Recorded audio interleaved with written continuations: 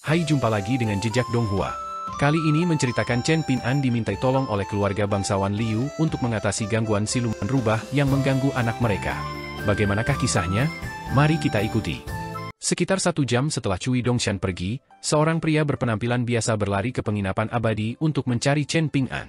Setelah menemukan pemuda itu, ia mengambil sebuah tablet perdamaian dan keamanan yang hanya bisa dimiliki oleh mata-mata dari pasukan abadi di Kekaisaran Li Agung.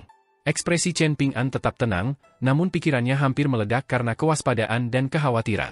Orang harus menyadari bahwa tablet giok yang disebut dari aula leluhur Gunung Perdamaian dan Ketenangan telah menyebabkannya sangat menderita di benua daun payung.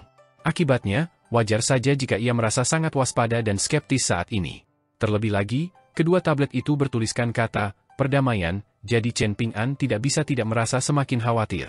Orang ini adalah mata-mata dari Kekaisaran Li Agung yang telah menyusup ke negara Phoenix Biru dan bersembunyi selama bertahun-tahun, dan para kultivator yang dapat menyamarkan diri dan menerima misi seperti ini semuanya diharuskan memiliki 3 kualitas.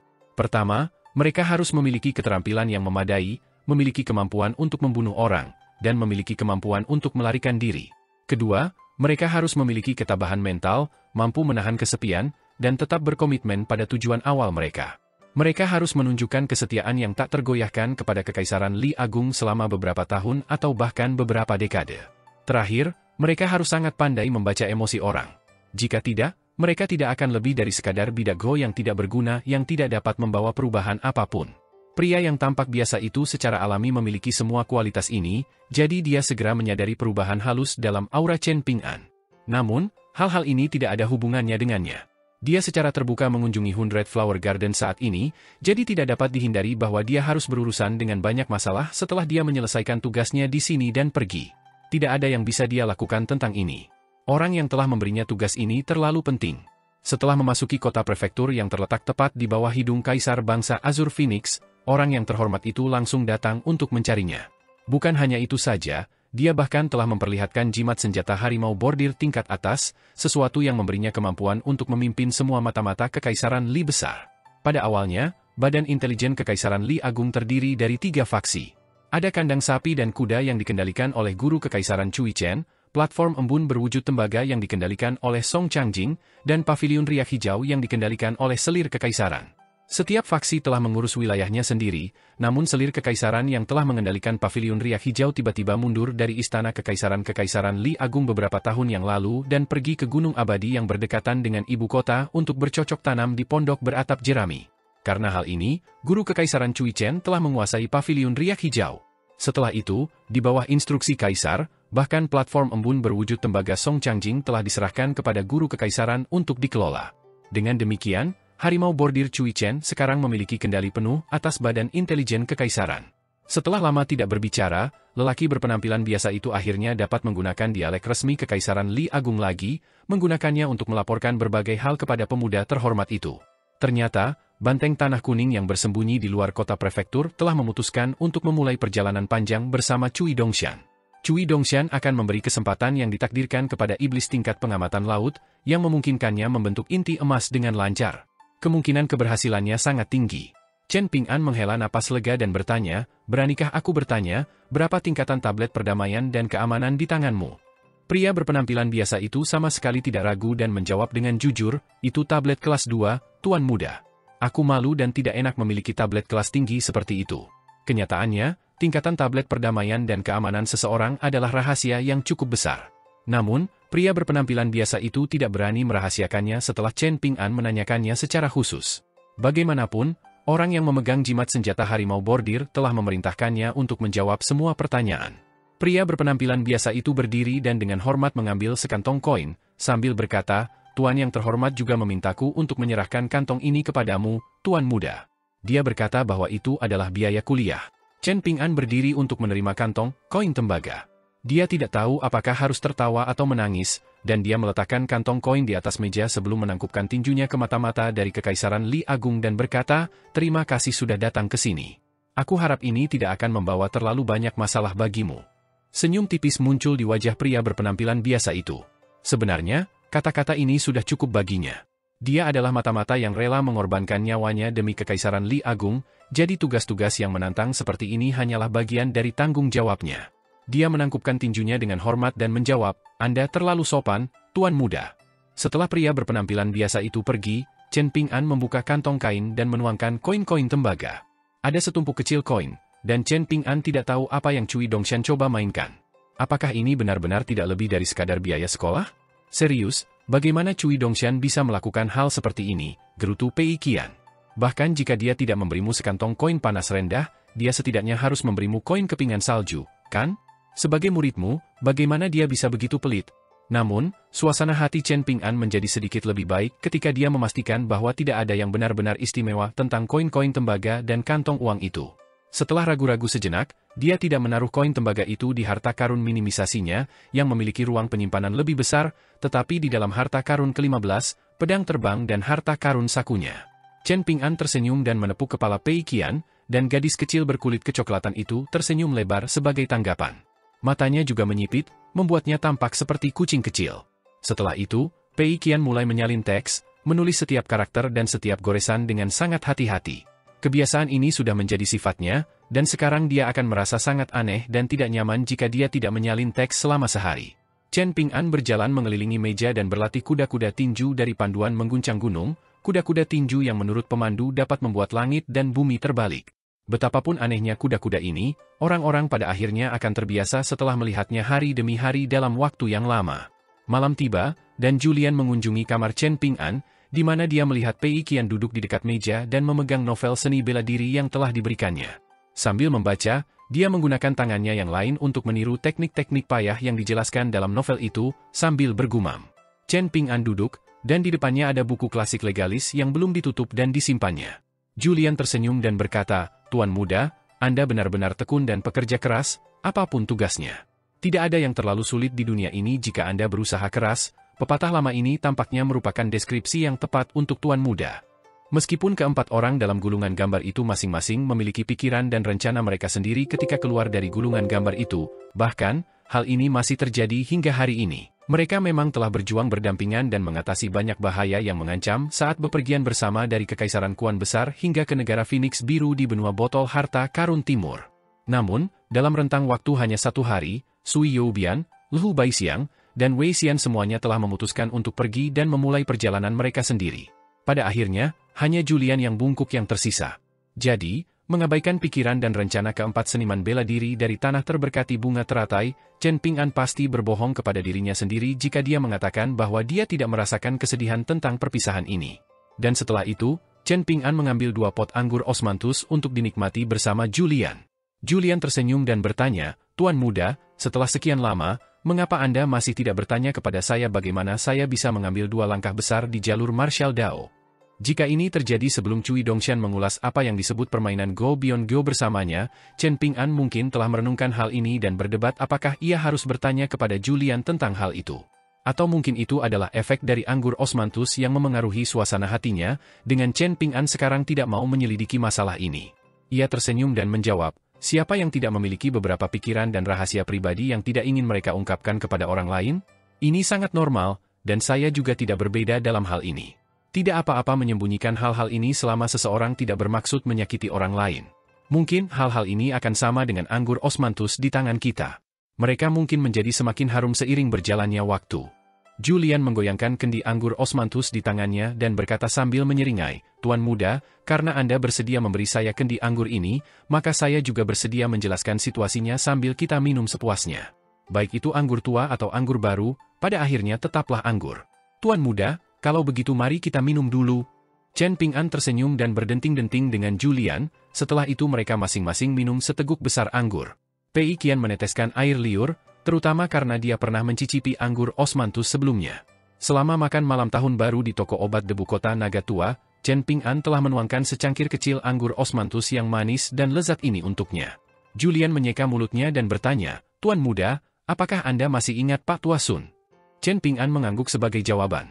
Julian tersenyum dan melanjutkan, "Setelah saya menerobos penghalang penting tingkat ke-6 dan maju ke tingkat ke-7, tidak lama kemudian Sui Youbian juga maju ke tingkat ke-7. Terobosan ini sangat alami, dan Anda tidak akan menganggapnya aneh sama sekali. Namun, setelah itu, saya diam-diam maju ke tingkat ke-8, tingkat penjelajahan jauh. Ada banyak faktor yang menyebabkan hasil ini. mulai dari pertarungan Zheng Dafeng denganku, kematianku di kota naga tua, dan bimbingan serta bantuan dari senior Sun, hingga jalur seni bela diriku yang sama sekali berbeda dari Sui Yubian dan yang lainnya. Setiap faktor saling terkait erat, dan masing-masing diperlukan bagiku untuk mencapai kemajuan. Saya tidak bermaksud menyombongkan diri, tetapi meskipun saya memahami martial Dao di tempat kecil seperti tanah suci bunga teratai, esensinya sebenarnya dapat diringkas seperti ini, akumulasi sebelum pelepasan bertahap. Saya yakin bahwa martial Dao saya tidak biasa-biasa saja bahkan di dunia agung, di mana terdapat banyak keajaiban dan sejumlah besar makhluk abadi yang terbang di langit. Biarkan saya menunjukkan teknik tinju. Tuan muda, beritahu saya jika Anda melihat sesuatu yang istimewa. Julian meletakkan teko anggur osmanthusnya di atas meja dan berdiri sambil tersenyum, berjalan menuju ruang kosong di antara pintu dan meja. Dia disebut maniak bela diri, tetapi dia pendek dan bungkuk, dan niat tinjunya tampak ceroboh dan lemah. Saat memperlihatkan teknik tinjunya, dia malah mulai meringkuk lebih banyak lagi, entah itu tangan, kaki, punggung, bahu, atau pinggulnya. Ini tampak sangat canggung, dan Pei Qian merasa Julian menjadi semakin kecil saat dia menatapnya. Namun, dibandingkan dengan auranya yang biasanya santai dan malas, kekuatan dan niat tinju lelaki tua bungkuk itu tampak meletus keluar saat dia meringkuk. Ini adalah bentuk kera. Julian memutar tubuhnya, dan gerakan kakinya tampak sangat aneh saat ia melancarkan pukulan-pukulan yang tampaknya biasa saja. Tubuhnya meringkuk, namun niat tinjunya akan melonjak keluar dengan ganas selama saat-saat singkat ketika ia tiba-tiba rileks dan meluruskan tubuhnya. Pei Qian merasa seperti pernah melihat ini di suatu tempat sebelumnya. Chen Ping'an tidak dapat menahan diri untuk tidak berseru memuji dalam benaknya. Si gila bela diri ini benar-benar seniman bela diri yang berbakat, seperti yang diharapkan dari orang yang pernah menyandang gelar terkuat di dunia di tanah suci bunga teratai sebelum Ding Ying. Setelah melalui banyak situasi hidup dan mati bersama, Chen Ping'an semakin yakin bahwa Julian akan menjadi orang terakhir yang bertahan jika keempat seniman bela diri dari gulungan gambar berada pada basis kultivasi yang sama dan dipaksa untuk bertarung satu sama lain sampai mati. Biarawati Tau Huangting dari Gunung Kedamaian dan Ketenangan telah mengajarkan Pei Qian teknik membawa pedang kera putih dan teknik mengayunkan pedang kera putih di taman toko obat saat itu, dan Julian secara mengejutkan mengamati hal ini dan mengubah niat pedang dan niat pedang menjadi niat tinjunya sendiri. Tentu saja, hal ini dibantu oleh fakta bahwa mereka yang berada dalam posisi yang menguntungkan akan menikmati keuntungan terbesar. Dibandingkan dengan Sui Yubian dan yang lainnya, teknik tinju dan martial Dao Julian adalah yang paling dekat dengan esensi teknik pedang dan teknik pedang Huangting. Meski begitu, sungguh luar biasa bahwa Julian berhasil meniru bentuk dan esensi teknik-teknik ini dengan sangat baik setelah hanya melihat sekilas demonstrasi Huangting. Tidak hanya itu, dia bahkan berhasil menggabungkannya ke dalam niat tinjunya sendiri.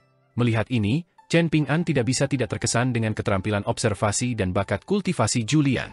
Julian menghentikan gerakannya dan terkekeh, "Tuan muda sangat cerdik." Pei Qian cukup terkesan dengan komentar Julian. "Koki tua, jangan bertindak terlalu jauh, oke? Bagaimana kamu bisa menyanjung seseorang dengan cara yang begitu patuh? Tuan bahkan belum mengucapkan sepatah kata pun."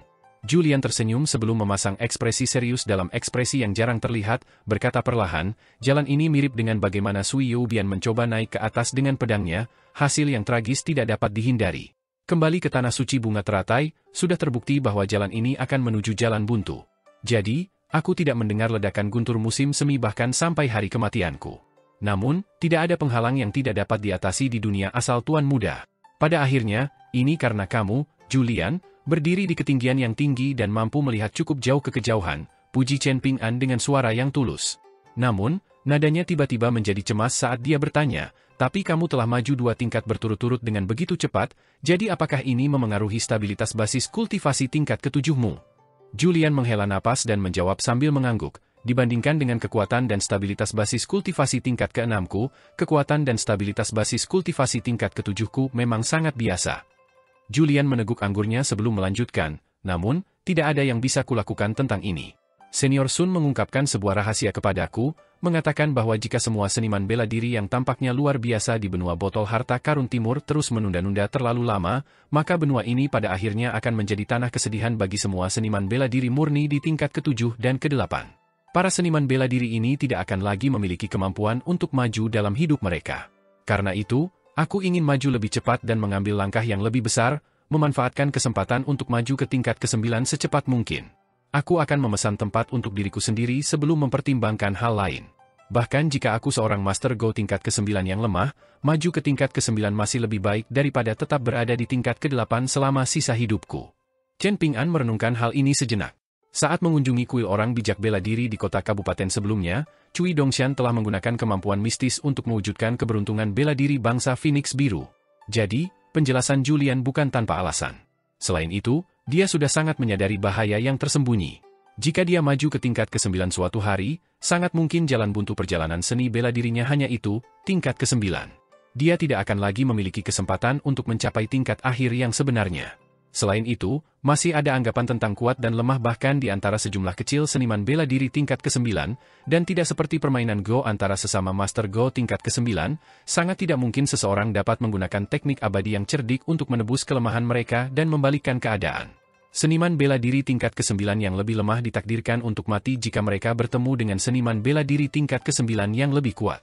Menurut penjelasan Zheng Dafeng, jika bukan karena instruksi rahasia Pak Tua yang saat itu, Li Er bisa saja menghajar Song Changjing sampai mati sebelum dia meninggalkan dunia kecil permata. Hal ini terjadi meskipun mereka berdua telah berada di tingkat ke-9 seni bela diri. Siapa cepat dia dapat, dan seekor burung di tangan lebih baik daripada dua di semak-semak, ini memang jalan yang masuk akal untuk ditempuh, kata Chen Ping'an. Julian tersenyum dan berkata, tentu saja aku ingin mencapai tingkat ke-10 yang legendaris, tetapi aku juga tidak berani meremehkan tingkat ke-9. Di toko obat debu, Zheng Dafeng menghadapi kami berempat bersama-sama ketika dia bertanding dengan kami dan membantu kami berlatih. Saat itu, siapa di antara kami yang tidak merasa terkekang dan kesal? Namun, kami tidak punya pilihan selain mengakui bahwa kami lebih lemah. Kami berempat cukup rendah hati untuk mengakui hal ini. Kalau tidak, Zheng Dafeng akan memandang rendah tanah terberkati bunga teratai, dan kamu mungkin juga akan memandang rendahnya. Chen Ping'an menghela napas dengan emosi dan berkata, aku juga bisa dianggap sebagai setengah penduduk tanah terberkati bunga teratai. Lagi pula, aku tinggal di tanah terberkati itu untuk waktu yang lama, hampir sama lamanya dengan usia kalian berempat. Namun, mirip dengan apa yang kamu sebutkan tadi, langkahku terlalu cepat dan terlalu besar, jadi aku tidak dapat sepenuhnya menghargai aliran waktu. Tuan muda, Anda adalah anak ajaib yang diberkati yang menikmati kekayaan yang luar biasa, jadi wajar saja jika Anda menikmati kesempatan yang ditakdirkan seperti itu. Julian memulai. Pei Qian tiba-tiba marah dan berseru, omong kosong. Julian terkejut, tetapi senyum geli segera mengembang di wajahnya. Oh, dilihat dari penampilannya, gadis kecil berkulit kecoklatan ini tampak jauh lebih tegap dari sebelumnya. Namun, dia menyadari ada yang aneh pada ekspresi Pei Qian, dan dia tampak jauh lebih serius dari biasanya. Chen Ping'an juga sedikit heran, tetapi dia tahu bahwa Julian tidak akan menjadi terlalu marah karena masalah ini. Karena itu, Chen Ping'an tidak memikirkan mengapa Pei Qian tiba-tiba marah. Mereka butuh waktu sekitar 1 jam untuk pergi ke kuil penjaga sungai untuk mempersembahkan dupa. Kuil itu tidak dekat, tetapi Chen Ping'an tidak merasa terlalu khawatir tentang hal ini. Sebaliknya, penyedia dupalah yang mulai merasa sedikit bersalah. Pada saat yang sama, ia menjadi semakin penasaran tentang latar belakang Chen Ping'an. Para petani tua pergi ke ladang untuk melihat hasil panen mereka, sementara para penebang kayu pergi ke pegunungan untuk mencari kayu bakar.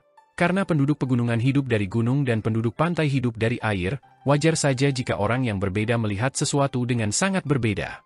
Pria ini adalah seorang petani pengembara dari pegunungan, dan ia juga bekerja sebagai penyedia dupa pada saat yang sama.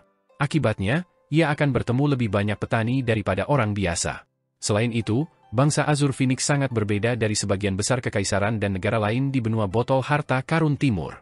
Istana kekaisaran memiliki hubungan yang sangat dekat dengan pegunungan, dan tidak akan pernah dengan sengaja meningkatkan kedudukan pasukan dan klan abadi tanpa alasan. Masih banyak konflik di dalam dan luar gunung, tetapi kaisar selalu menunjukkan keberanian dan kekuatannya yang mengesankan untuk menyelesaikan masalah ini. Akibatnya, orang-orang di negara Phoenix Biru, terutama mereka yang berasal dari klan kaya, semuanya sangat akrab dengan segala macam roh dan hantu yang aneh dan ganjil. Karena itu, warga negara Azur Phoenix sangat sombong dan sangat menghargai diri mereka sendiri. Hari ini, seperti beberapa hari terakhir, banyak pejabat dan bangsawan kaya kembali menyerbu negara Azur Phoenix. Berkat perdebatan besar antara agama Buddha dan Taoisme yang telah menarik perhatian seluruh bangsa, negara Azur Phoenix kini menjadi topik terhangat di wilayah tenggara benua botol harta karun timur. Basis kultivasi penyedia dupa rendah, hanya di tingkat ketiga. Ketika ia memiliki cukup koin di kantong uangnya, ia akan mengundang 2 atau 3 teman baik untuk minum dan mengobrol. Selama masa itu, ia menemukan bahwa rasa superioritasnya sebagai warga negara Azur Phoenix tidak kalah dengan rasa superioritasnya sebagai pemurni Qi tingkat ketiga. Ini kemungkinan besar merupakan rasa bangga terhadap negara asalnya. Namun, penyedia dupa tidak berani menjamin apakah ia akan menjadi seperti para abadi resmi itu setelah ia maju ke 5 tingkat tengah. Meskipun ia melamun tentang hal ini, ia mengerti bahwa mimpinya yang indah tidak lebih dari itu, mimpi yang jauh, saat ini. Pada akhirnya, ia harus melakukan segala sesuatunya selangkah demi selangkah, seperti ia harus memakan nasi di mangkuknya seteguk demi seteguk. Misalnya, prioritasnya saat ini adalah melakukan yang terbaik untuk memenangkan hati orang-orang luar ini. Dari keempat pengembara, pemuda yang membawa rak buku bambu dan pedang di punggungnya berjalan di depan. Ia jelas adalah pemimpinnya, dan langkah kakinya yang lincah serta auranya yang bermartabat menandakan bahwa ia kemungkinan besar adalah seorang abadi resmi. Namun, ia tidak diragukan lagi berasal dari keluarga bangsawan yang kaya. Selain itu, ia jelas tidak memasuki pegunungan untuk berkultivasi di usia muda. Pemberi dupa telah melihat banyak abadi muda dari latar belakang yang relatif buruk yang, karena keberuntungan dan bakat luar biasa, telah memperoleh kesempatan yang ditakdirkan di usia muda dan dipilih oleh para elit pengembara atau pengintai dari beberapa pasukan abadi yang besar. Setelah memasuki pegunungan, para pemuda abadi ini pada dasarnya menjauh dari kehidupan mereka yang sulit dan melambung ke surga dalam satu langkah. Namun, jika dia mengomentari temperamen pemuda abadi semacam ini, mereka benar-benar pemuda abadi yang memperlakukan awan sebagai makanan dan embun sebagai minuman dan sama sekali tidak tampak seperti manusia. Ketika mereka meninggalkan pegunungan untuk menempahati dao mereka di dunia fana, mungkin mereka tidak akan bersikap agresif dan sombong kepada semua orang. Namun, mereka juga hampir tidak akan pernah bersikap ramah dan mudah didekati. Mereka memperlakukan semua orang sama, baik saat mereka menghadapi pejabat, jenderal, bangsawan, atau seniman bela diri yang kuat dari dunia kultivasi. Dan, sama, berarti, apatisme yang sama. Gadis kecil berkulit kecoklatan dengan pedang bambu dan golok bambu yang tergantung di pinggangnya kemungkinan besar adalah seorang junior dari klan yang sama dengan tuan muda. Dia tampak sangat bersemangat dan energik. Adapun dua lelaki tua bertubuh pendek, mereka mungkin bawahan atau penjaga yang menjaga keduanya tetap aman saat mereka melakukan perjalanan melalui dunia kultivasi. Saat penyedia dupa berspekulasi tentang identitas Chen Ping'an dan rekan-rekannya, Chen Ping'an menggunakan dialek resmi benua daun parasol untuk menjelaskan kepada Pei Qian situasi mengenai dewa-dewi di tingkat penjaga sungai. Meskipun penjaga sungai adalah dewa yang secara resmi diakui oleh Istana Kekaisaran, yang memungkinkan mereka menerima pemujaan dan persembahan dupa dari penduduk setempat, mereka adalah dewa tingkat sangat rendah. Sederhananya, mereka setara dengan pejabat rendahan di Istana Kekaisaran. Akan tetapi, meskipun dewa-dewa tingkat rendah ini tidak tercatat dalam catatan silsilah kekaisaran, mereka tetap akan dicemburui oleh para dewa kuil dan tempat suci ilegal, terlepas dari seberapa kecil kuil mereka dan seberapa besar kuil ilegal tersebut. Para dewa yang tidak sah akan lebih iri kepada para dewa tingkat rendah daripada sebaliknya. Dewa-dewa ilegal akan kehilangan kekuatan hidup mereka jika mereka tidak lagi menerima pemujaan dan persembahan dupa, dan tubuh dewa mereka yang tidak didukung akan mulai membusuk secara bertahap, yang pada akhirnya menyebabkan kematian mereka. Selain itu, tidak ada cara bagi mereka untuk meningkatkan status mereka, dan mereka akan sering diburu oleh para dewa resmi dan pembudidaya liar. Bagaimanapun, mereka adalah target yang sangat menarik. Di sisi lain, penjaga sungai tidak akan mengalami nasib yang menyedihkan bahkan jika feng shui daerah mereka mengalir dan menyebabkan mereka menerima sedikit pemujaan dan persembahan dupa.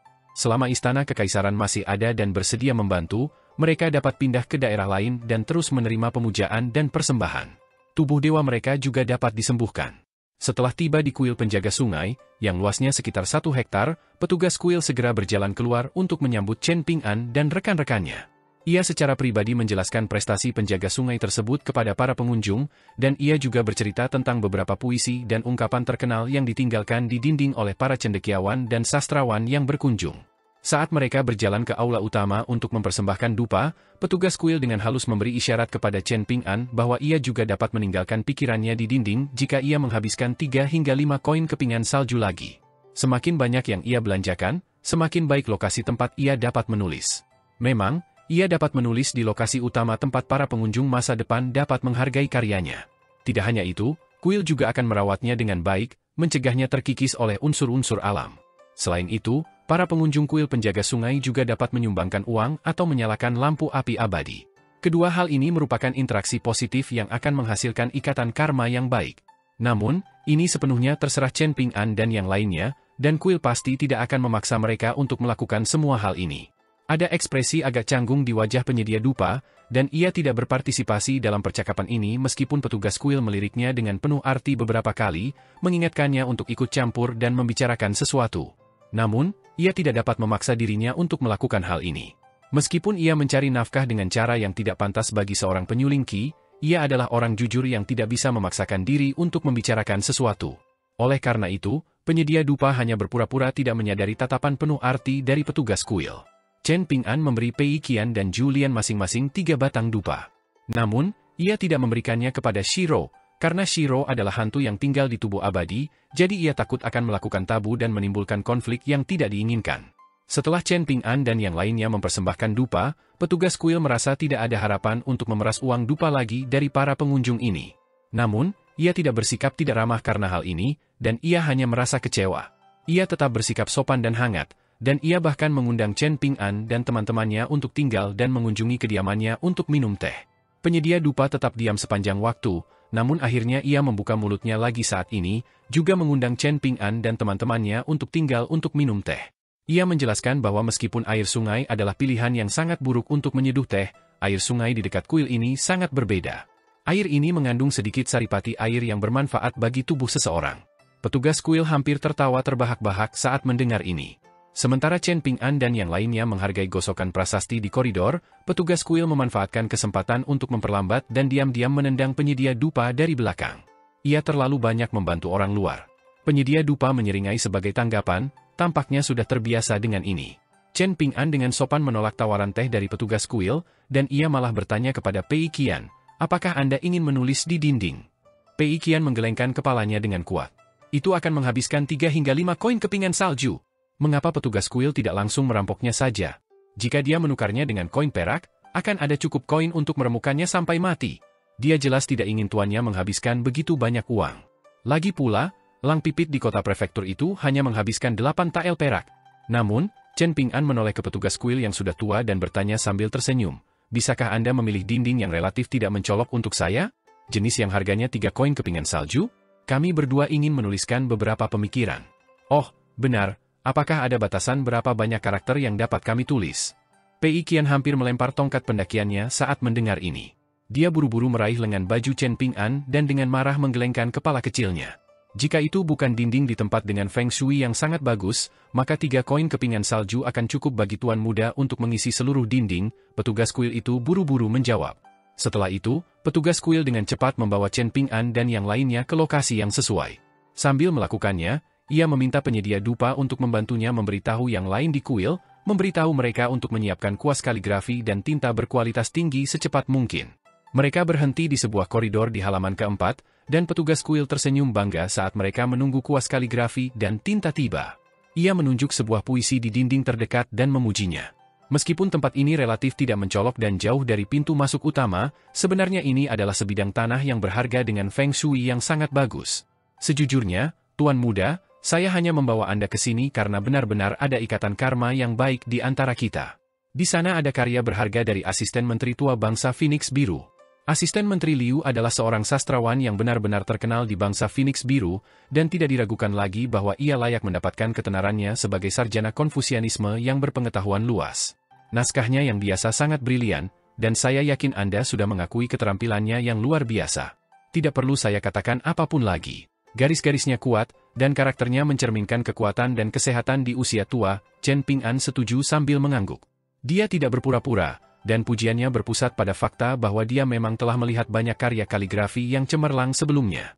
Misalnya, ada Li Xisheng, Cui Dongshan, dan Zhong Kui. Petugas kuil mengacungkan jempol dan memujinya, Tuan Muda memang ahli dengan mata yang tajam. Chen Ping'an tidak bisa menahan rasa malu. Mirip dengan keterampilannya dalam Go, Chen Ping'an juga biasa-biasa saja dalam hal kaligrafi. Jika melihat lebih jauh ke masa lalu, dia juga tidak terlalu berbakat dalam mencetak dan membakar tembikar. Pei Qian merasa semakin tidak nyaman saat ini. Mereka pasti akan menghabiskan koin kepingan salju sekarang, jadi akan sangat sia-sia jika dia tidak menulis apapun. Jika tidak ada seorang pun di sini yang menghentikannya, dia pasti akan merasakan dorongan kuat untuk berlari mengelilingi seluruh kuil penjaga sungai dan menulis di setiap permukaan, termasuk lantai. Bahkan, dia akan menulis di patung dewa penjaga sungai, dan hanya dengan melakukan itu dia akan merasa bahwa koin kepingan salju itu tidak terbuang sia-sia. Namun, untuk mencoret-coret dinding ini dengan tulisan tangannya, sesuatu yang oleh koki tua Julian disamakan dengan cacing yang melata dan bebek yang berjalan terhuyung-huyung, Pei Qian khawatir akan kehilangan muka di hadapan tuannya. Pemberi dupa kembali dengan seorang anak laki-laki yang telah diasuh oleh kuil penjaga sungai, membawa serta kuas kaligrafi dan batu tulis. Pei Qian menjadi semakin khawatir, dan dia buru-buru menyandarkan tongkat pendakiannya ke dinding. Setelah melakukan ini, dia melepaskan tas kopernya dan mengeluarkan sebuah buku, ingin mencari kalimat yang menyenangkan untuk disalin. Pei Qian memiliki ingatan yang sangat baik, dan dia sebenarnya telah menghafal buku ini sejak lama. Namun, pikiran kecilnya benar-benar kosong saat ini, dan dia tidak dapat mengingat satu kalimat pun dari buku itu. Julian sangat senang dengan kesusahan gadis kecil itu, dan dia menertawakannya dengan mengatakan bahwa dia telah membuang-buang seluruh waktu dan tenaganya untuk membaca dan menyalin teks-teks itu. Ternyata, dia tidak mengubah pengetahuan ini menjadi pengetahuannya sendiri, teks bijak itu tetap teks bijak, dan si idiot kecil itu tetap si idiot kecil. Pei Qian tidak punya waktu untuk berdebat dengan juru masak tua yang sangat kejam itu, dan dia malah fokus membolak-balik halaman buku, melihat ke kiri dan ke kanan untuk menemukan kalimat yang cocok. Namun, dia tidak puas dengan apapun, dan dia merasa akan mempermalukan dirinya sendiri jika dia menulis apapun di dinding. Pei Qian menutup buku itu dan meratap kepada Chen Ping'an dengan nada sedih, "Guru, bukankah Anda punya banyak potongan bambu yang berisi kata-kata mutiara yang mengesankan? Bisakah Anda meminjamkan saya beberapa? Saya tidak tahu harus menulis apa."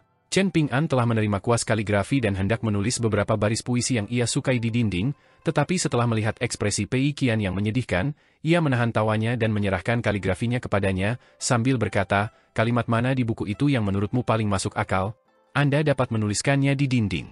Jika Anda benar-benar tidak dapat memikirkan apapun, maka Anda bebas menuliskan beberapa pikiran Anda juga. Tidak perlu merasa cemas. Anggap saja ini sama seperti Anda memperlakukan transkripsi teks." Pei Qian merasa sedikit lebih tenang saat melihat wajah Chen Ping'an yang tersenyum.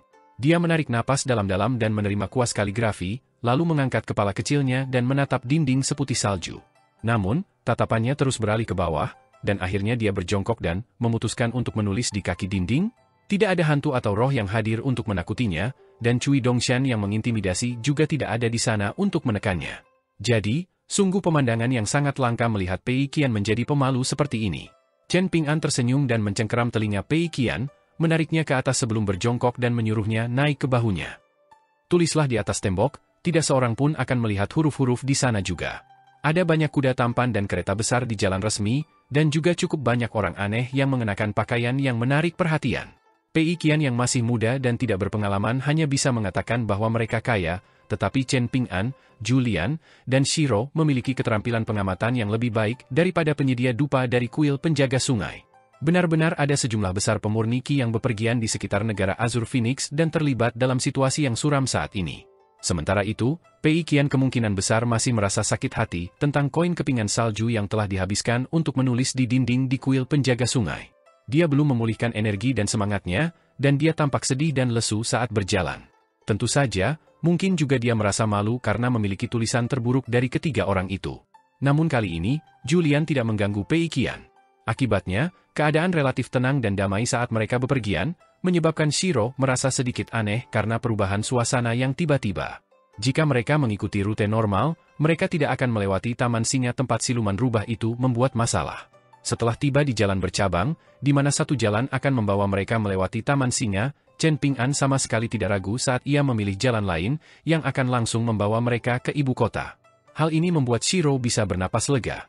Ia pasti akan menangis sampai mati jika tuannya adalah orang yang keras kepala yang suka melawan semua ketidakadilan di dunia. Sebagai kediaman pribadi asisten Menteri Liu, Taman Singa adalah taman terkenal yang terletak sedikit di utara wilayah barat daya ibu kota. Klan Liu adalah klan sastra, yang menghasilkan pejabat dari setiap generasi keturunan. Taman Singa terus diperluas dan disempurnakan oleh setiap generasi klan, dan bukan berarti asisten Menteri Liu membangun taman itu dalam semalam setelah menikmati karir yang sukses di Istana Kekaisaran. Dengan demikian, klan Liu tetap jujur dan tidak korup, dan tidak ada yang bisa mengatakan sebaliknya. Dahulu kala, seseorang secara khusus menyusun semua puisi dan esai yang menggambarkan pemandangan Taman Singa yang ditulis oleh para sastrawan dari generasi ke generasi. Setelah memilah puisi dan esai ini menjadi sebuah buku, mereka telah menghasilkan ukiran berkualitas tinggi untuk mencetak banyak salinan buku ini. Dikatakan bahwa buku tersebut telah terjual cukup baik di toko-toko buku di berbagai daerah. Namun, setelah berjalan sekitar 10 km, penyedia dupa dari kuil penjaga sungai tiba-tiba berlari dan memberi mereka dua barang, mengatakan bahwa ini adalah barang-barang dari petugas kuil. Ada tabung bambu untuk menampung dupa, dan bagian luar tabung dihiasi dengan ukiran yang sangat indah. Ada banyak batang dupa air di dalam tabung bambu. Adapun barang lainnya, tidak lain adalah buku yang berisi puisi dan esai tentang Taman Singa. Chen Ping'an tidak langsung menerima hadiah dari kuil penjaga sungai, dan dia malah menggunakan telapak tangannya untuk membelai lembut labu pemelihara pedang di pinggangnya. Ada ketulusan di mata penyedia dupa saat dia berkata dengan lugas, "Saya mengerti bahwa kami bersikap tidak masuk akal, Tuan Muda Chen, tetapi saya berharap dari lubuk hati saya yang terdalam bahwa Anda dapat membantu Taman Singa kali ini jika memungkinkan. Bagaimanapun, iblis rubah tidak menyakiti orang secara fisik, dan tidak satu pun dari 7 atau 8 kelompok abadi yang pergi untuk menaklukkan iblis rubah menghadapi bahaya yang mengancam jiwa. Selain itu, bahkan jika Anda tidak mau membantu, Anda dapat pergi ke Taman Singa sebagai pengunjung untuk menikmati pemandangan yang indah. Pada saat itu, Anda dapat menilai situasi lagi dan memutuskan apakah Anda ingin membantu atau tidak." Julian terkekeh dingin dan bertanya, "Benarkah? Apakah Anda mencoba membuat Tuan Muda saya merasa bersalah?" Penyedia dupa tersenyum kecut dan menjawab, "Bagaimana mungkin aku berani melakukan hal sejauh ini? Aku juga tidak akan mau membuat orang lain merasa bersalah seperti ini. Namun, aku secara tidak sengaja teringat pada sarjana muda dari klan Liu setelah berinteraksi dengan Tuan Muda Chen beberapa saat, dan aku tidak bisa tidak merasa bahwa kalian berdua memiliki temperamen yang sangat mirip. Ini adalah pertemuan yang tidak disengaja, tetapi Tuan Muda Chen tetap ramah dan mudah diajak bicara. Konon, putra rakyat jelata dari klan Liu ini secara khusus memulai perjalanan panjang untuk mencari beberapa orang yang disebut sebagai orang suci terhormat yang bepergian dari Gunung Longhu karena ungkapan, di mana ada setan dan iblis yang membuat masalah, pasti ada guru surgawi dengan pedang kayu persik. Sayangnya, dia menderita malapetaka besar setelah tiba di negara Gunung Keberuntungan, dan dia sudah lumpuh di satu kaki ketika dia kembali, mengakhiri impiannya untuk menjadi pejabat." Chen Ping'an tiba-tiba menerima tabung bambu dan buku dari tangan penyedia dupa dan berkata sambil mengangguk, "Saya akan mengunjungi Taman Singa untuk melihatnya, tetapi saya tidak dapat menjamin bahwa saya akan melangkah maju untuk membantu." Penyedia dupa menangkupkan tinjunya dengan rasa terima kasih dan menjawab sambil tersenyum, "Ini adalah tindakan terbaik." Setelah itu, penyedia dupa kembali ke kuil penjaga sungai dengan cara yang sama seperti saat dia datang, tidak menawarkan untuk membawa Chen Ping'an dan teman-temannya ke Taman Singa atau apapun. Julian mencibir dan berkata, sebagai pedagang yang berkecimpung dalam bisnis dengan keuntungan yang tidak seberapa, alih-alih bekerja keras untuk menghasilkan uang, dia bersikeras bertindak seperti pahlawan gagah berani yang membela keadilan. Sungguh kelalaian tugas yang nyata. Chen Ping'an tersenyum dan berkata, "Siapapun bisa membela keadilan." Shiro tetap tanpa ekspresi, namun sekarang dia membenci kuil penjaga sungai dengan sepenuh hatinya. Chen Ping'an dan yang lainnya mundur lebih dari 500 meter untuk tiba di jalan bercabang lagi, dan kali ini, mereka menyusuri jalan yang mengarah ke Taman Singa. "Guru, bolehkah saya menempelkan jimat itu di dahi saya setelah kita tiba di Taman Singa?" Pei Qian bertanya dengan suara pelan. Chen Ping'an mengangguk dan berkata mengingatkan, "Tentu saja boleh. Namun, ingatlah untuk menggunakan jimat penerangan energi yang, bukan jimat penekan setan pagoda harta karun. Jika tidak, guru Anda akan dipaksa untuk melangkah maju dan terlibat entah saya mau atau tidak." Pei Qian dengan keras menjawab bahwa dia mengerti. "Jika Anda begitu takut, lalu mengapa Anda tidak menghentikan saya untuk mengunjungi Taman Singa?" tanya Chen Ping'an. Pei Qian ragu sejenak sebelum menjawab dengan senyum yang mempesona, "Ini masalah antara orang dewasa, jadi anak kecil seperti saya tentu tidak punya hak bicara."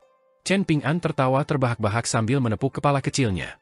Julian mendecak lidahnya karena heran dan berkata, "Lumayan, pahlawan wanita Pei Qian, keterampilanmu dalam menyanjung tidak ada bandingannya sekarang." Pei Qian mendengus dingin dan membalas, "Apa yang dekat dengan cinnabar akan berubah menjadi merah, dan apa yang dekat dengan tinta akan berubah menjadi hitam. Aku jelas mempelajari semua ini darimu. Lagi pula, guru pasti tidak akan mengajariku hal-hal seperti ini." Julian terkekeh dan berkata, "Kalau begitu, kau sudah melampaui gurumu di bidang ini." Pei Qian berpura-pura dewasa sambil menangkupkan tinjunya dengan hormat dan menjawab, "Aku tidak berani mengatakan bahwa aku lebih baik dari guruku.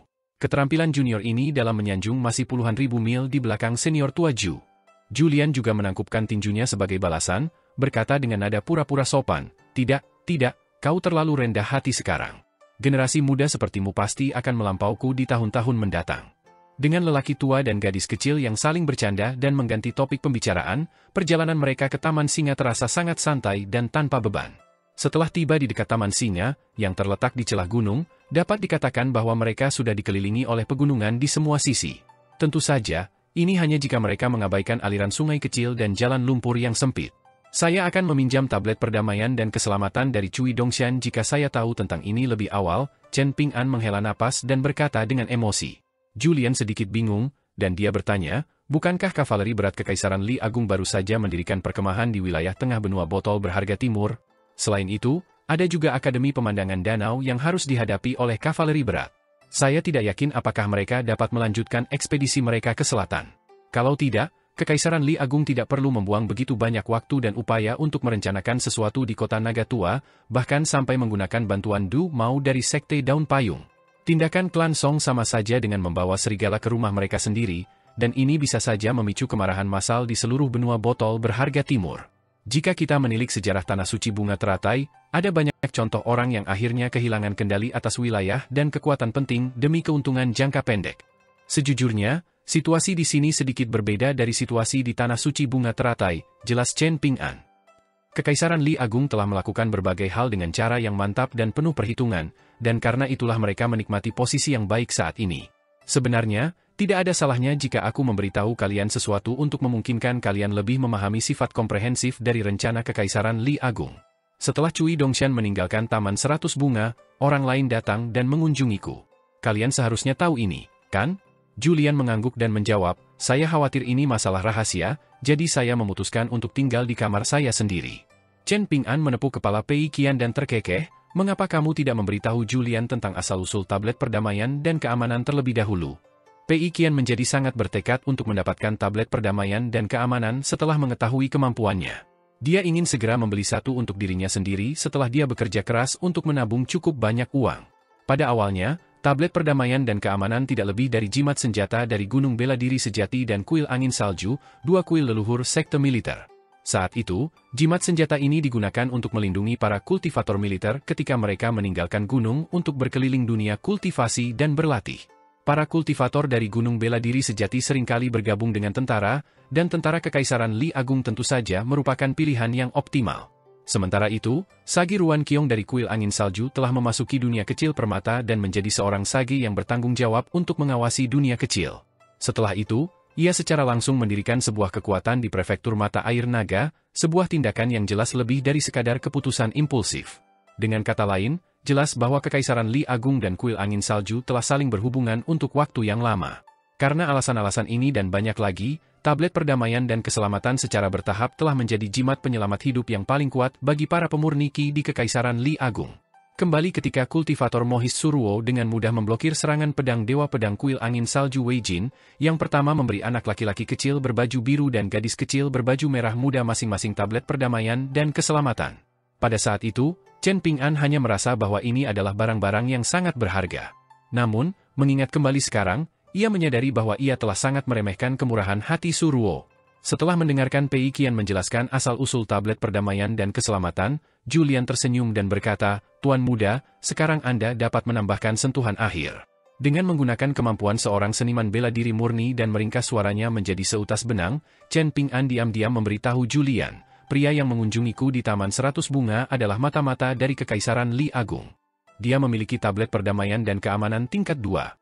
Julian langsung memahami semuanya dan menjawab, aku mengerti. Meskipun bangsa Azur Phoenix berkembang pesat dan relatif kuat, lebih kuat daripada bangsa Gunung Keberuntungan dan bangsa Langit Tinggi, itu tetap tidak lebih dari sekadar negara kecil ketika melihat seluruh benua botol harta karun timur. Kehadiran mata-mata dengan tablet perdamaian dan keamanan tingkat 2 menandakan bahwa Kekaisaran Li Agung telah mengarahkan pandangannya pada bangsa Azur Phoenix sejak lama.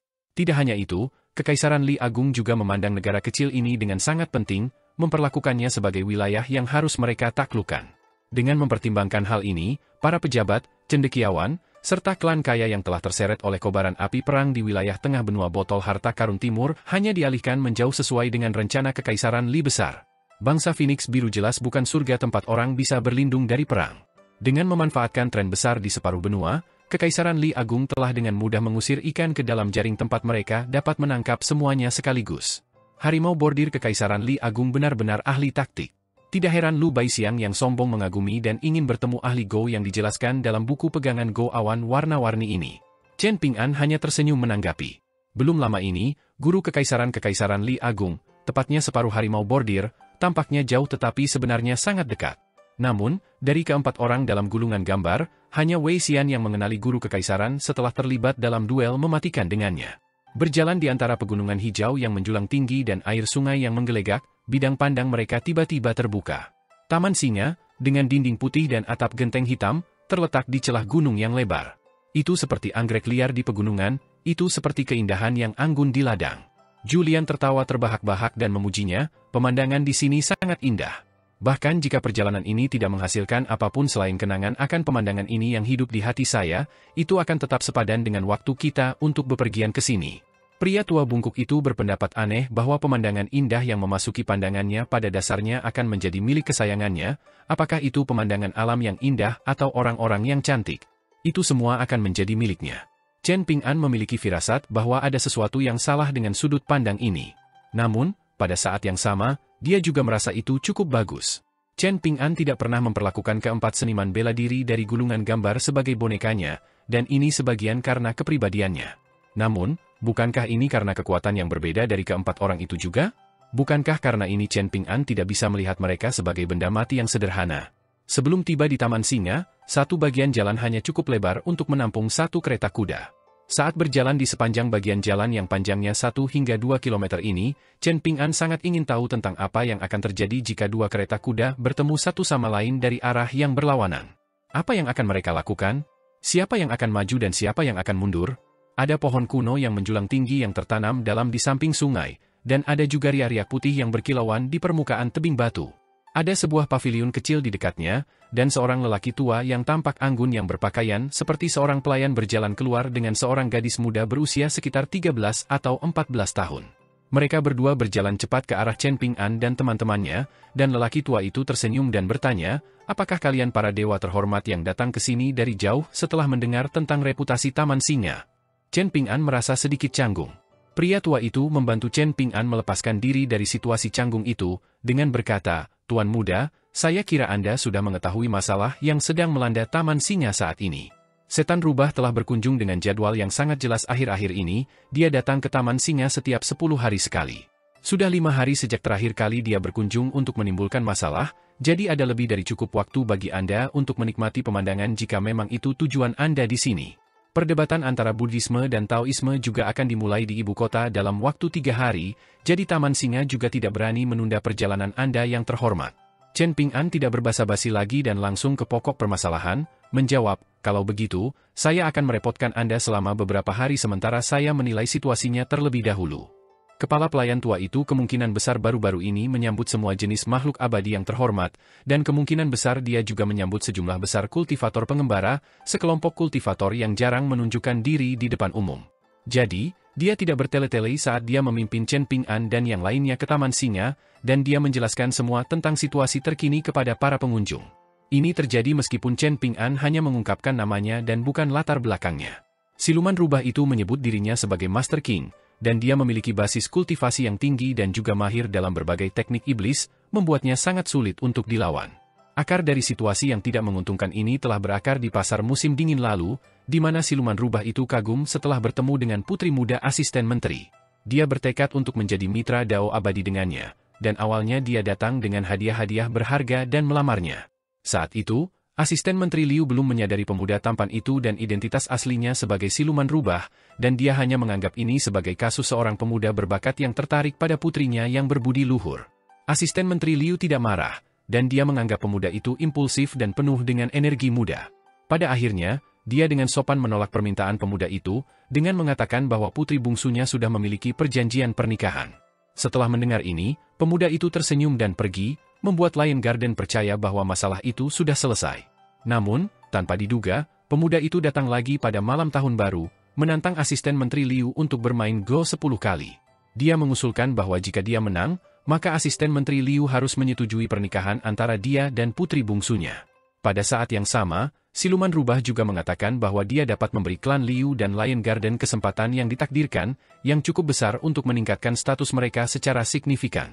Meskipun asisten Menteri Liu sangat ahli dalam Go, bahkan bisa menyaingi pejabat Go dari bangsa Phoenix Biru, dia tentu tidak akan mempertaruhkan sesuatu yang sepenting pernikahan dan masa depan putrinya.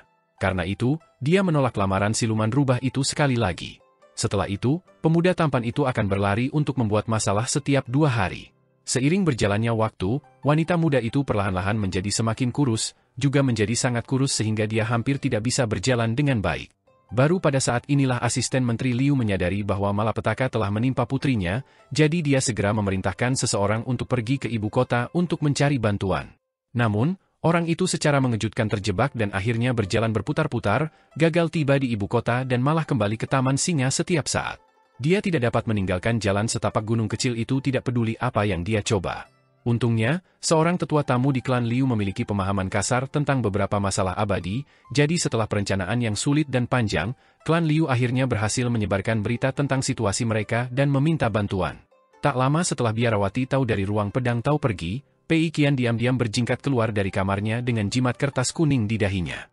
Ada ekspresi tegang di wajah Shiro saat dia berdiri di samping pintu, dan rasa takut yang masih ada di benaknya meskipun dia tidak bisa lagi mendeteksi aura biarawati tahu itu. Sebagai entitas yin perempuan, sebenarnya sangat berbahaya baginya untuk berkeliaran di dunia fana secara terbuka. Dia seperti monyet yang berpura-pura menjadi manusia, dan dia hanya akan mengundang ejekan jika fakta ini diketahui. Tidak hanya itu, dia telah menggunakan metode sesat untuk menguasai tubuh seorang abadi, suatu tindakan yang akan mengakibatkan konsekuensi berat baginya jika diketahui oleh para abadi resmi yang kuat. Pei Qian tiba di samping Chen Ping'an dan Julian dan melirik kaki tembok. Julian tersenyum dan bertanya, itu tidak lebih dari sehelai bulu rubah yang telah menghabiskan energi spiritualnya, namun kau masih ingin mengambilnya dan memperlakukannya sebagai harta karun.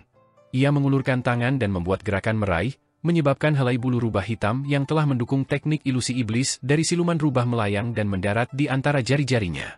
Ia menyerahkannya kepada Pei Qian dan berkata, ini, ambillah jika kau menginginkannya. Pei Qian bersembunyi di belakang Chen Ping'an dan bertanya dengan hati-hati, bisakah aku menjualnya dengan harga tertentu? Julian mengusap bulu rubah yang sangat kuat itu dengan jari-jarinya, dan dia secara mengejutkan tidak dapat mengubahnya menjadi abu. Dia sedikit heran, dan dia dengan hati-hati memeriksa bulu rubah itu sebelum menjawab, ini memang barang yang mengesankan, tetapi sangat sulit untuk menemukan kegunaan yang tepat untuknya. Jika kita dapat memperoleh seluruh kulit iblis rubah, maka mungkin itu dapat diubah menjadi jubah dao alami. Sebaiknya hindari mengatakan hal-hal seperti ini, Chen Ping'an memperingatkan. Pelayan tua ini memang salah bicara, Julian menjawab sambil tersenyum. Jelas bahwa keributan di halaman kecil itu telah menarik perhatian dua kelompok kultivator lainnya, dengan kelompok yang dipimpin oleh Tuan Muda Dugu dan rekan Dao bergegas untuk memeriksa situasi. Mereka semua memiliki ekspresi yang berbeda ketika mereka memasuki halaman kecil itu, dan ada pandangan yang sedikit rumit di mata mereka ketika mereka menatap Chen Ping'an. Iblis rubah seharusnya datang ke sini dalam 5 hari, jadi mengapa tiba-tiba muncul lebih awal? Selain itu, kilatan cahaya pedang tajam itu membawa kekuatan yang sangat besar dan membuat mereka tercengang. Mereka tercengang oleh basis kultivasi tinggi biarawati Taois yang memegang pedang, dan mereka juga tercengang oleh kemampuannya untuk menghancurkan ilusi iblis rubah dengan satu serangan. Menurut informasi yang diberikan oleh Taman Singa sebelumnya, siluman rubah adalah makhluk yang sangat sulit ditangkap dan belum pernah dilukai oleh satupun formasi abadi atau harta abadi. Bahkan, tidak ada satupun makhluk abadi yang berhasil menangkap sehelai jubah siluman rubah. Chen Ping'an bersikap relatif konservatif ketika memberitahu kedua kelompok kultivator tentang konflik antara siluman rubah dan biarawati Tao, dan dia juga memastikan untuk tidak mengungkapkan identitas sebenarnya dari biarawati Tao mengenai latar belakangnya dengan ruang pedang Tao. Pria tua dengan rubah merah menyala kecil yang berjongkok di bahunya tiba-tiba bertanya, Tuan Muda Chen, bisakah Anda menjual sehelai bulu rubah ini kepada saya? Mungkin saya dapat memanfaatkan kesempatan ini untuk menemukan beberapa petunjuk. Bahkan, saya mungkin dapat menemukan tempat persembunyian siluman rubah. Berapa harga yang akan Anda tawarkan? Tanya Chen Ping'an sambil tersenyum. Orang tua itu mempertimbangkan semuanya dalam benaknya sebelum menjawab, untaian bulu rubah ini telah kehilangan energi spiritualnya, jadi sejujurnya, ia bahkan tidak bernilai satu koin kepingan salju pun dalam kondisinya saat ini. Chen Ping'an tidak langsung menjawab. Tatapan sini samar muncul di mata menarik dari pelayan cantik yang berdiri di belakang Tuan Muda Dugu. Dilihat dari penampilannya, meskipun pemuda abadi berpakaian putih dengan pedang panjang bersarung putih di punggungnya tampak seperti seseorang dari pegunungan, dia sebenarnya sangat tidak beradab. Apakah dia akan memberi mereka omongan panjang demi sehelai bulu rubah yang hanya bernilai satu koin kepingan salju? Namun, dia dengan cepat menerima kenyataan ini dan tidak merasa terkejut lagi. Bukankah para abadi resmi yang disebut-sebut itu orang-orang yang sok suci seperti ini? Dia bepergian di sekitar pegunungan dan sungai dengan tuan mudanya, dan mereka telah bertemu dengan banyak orang dan masalah di dunia kultivasi, di pegunungan, dan di perairan. Namun, berapa banyak orang yang berhasil membuat tuan mudanya terkesan? Tidak mengherankan bahwa tuannya selalu memulai dengan sangat antusias tetapi berakhir dengan kekecewaan dan keputusasaan. Pada saat ini, pelayan cantik itu tiba-tiba menemukan gadis kecil berkulit kecoklatan berdiri di belakang pemuda itu sambil menatapnya. Pelayan itu tersenyum pada Pei Qian, dan Pei Qian pun tersenyum lebar sebagai balasannya. Tiba-tiba aku teringat bahwa aku juga telah menguasai beberapa kemampuan mistis rendahan yang dapat digunakan untuk mencari siluman rubah. Karena itu, aku tidak akan menjual helai bulu rubah ini lagi, Chen Ping'an tiba-tiba berkata kepada lelaki tua itu.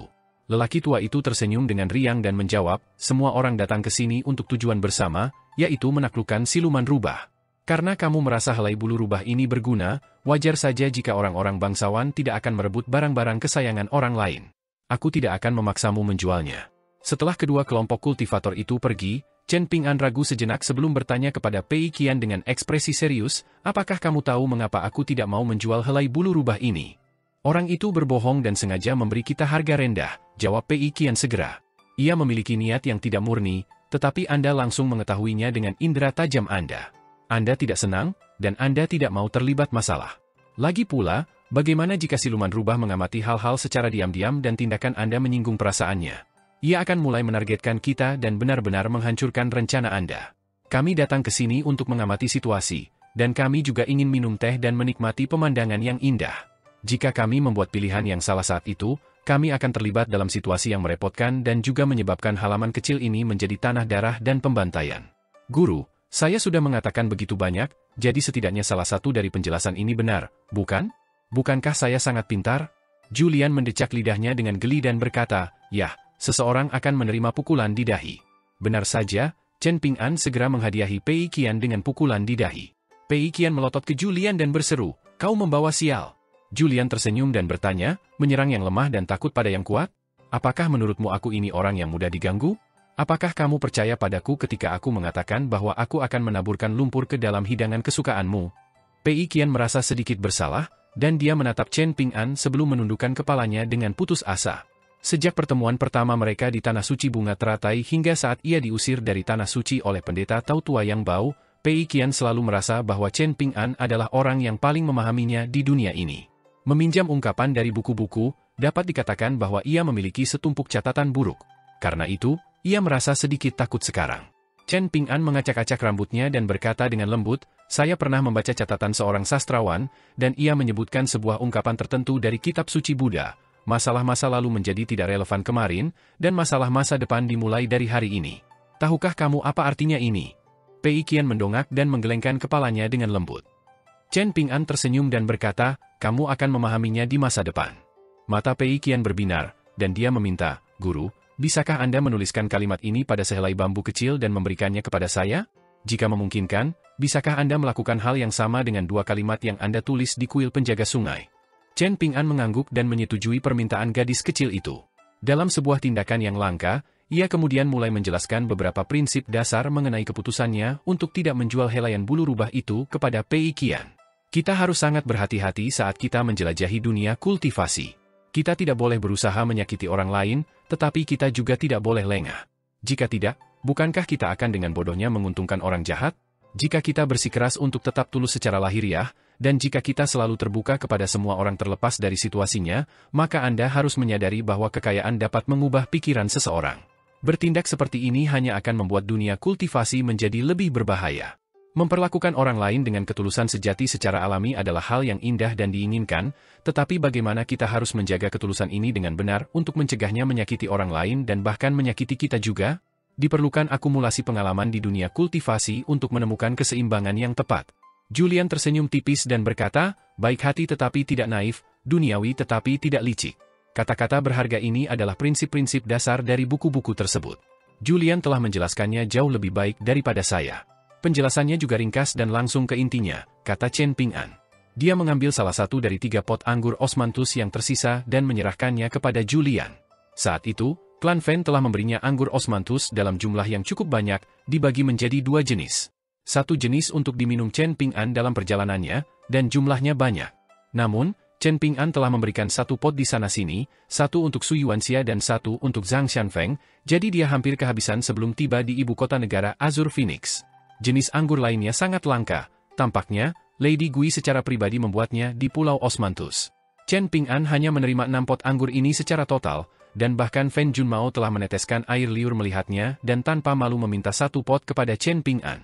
Pei Qian berbalik untuk melihat Julian, bertanya dengan rasa ingin tahu, dari buku mana kalimat ini berasal.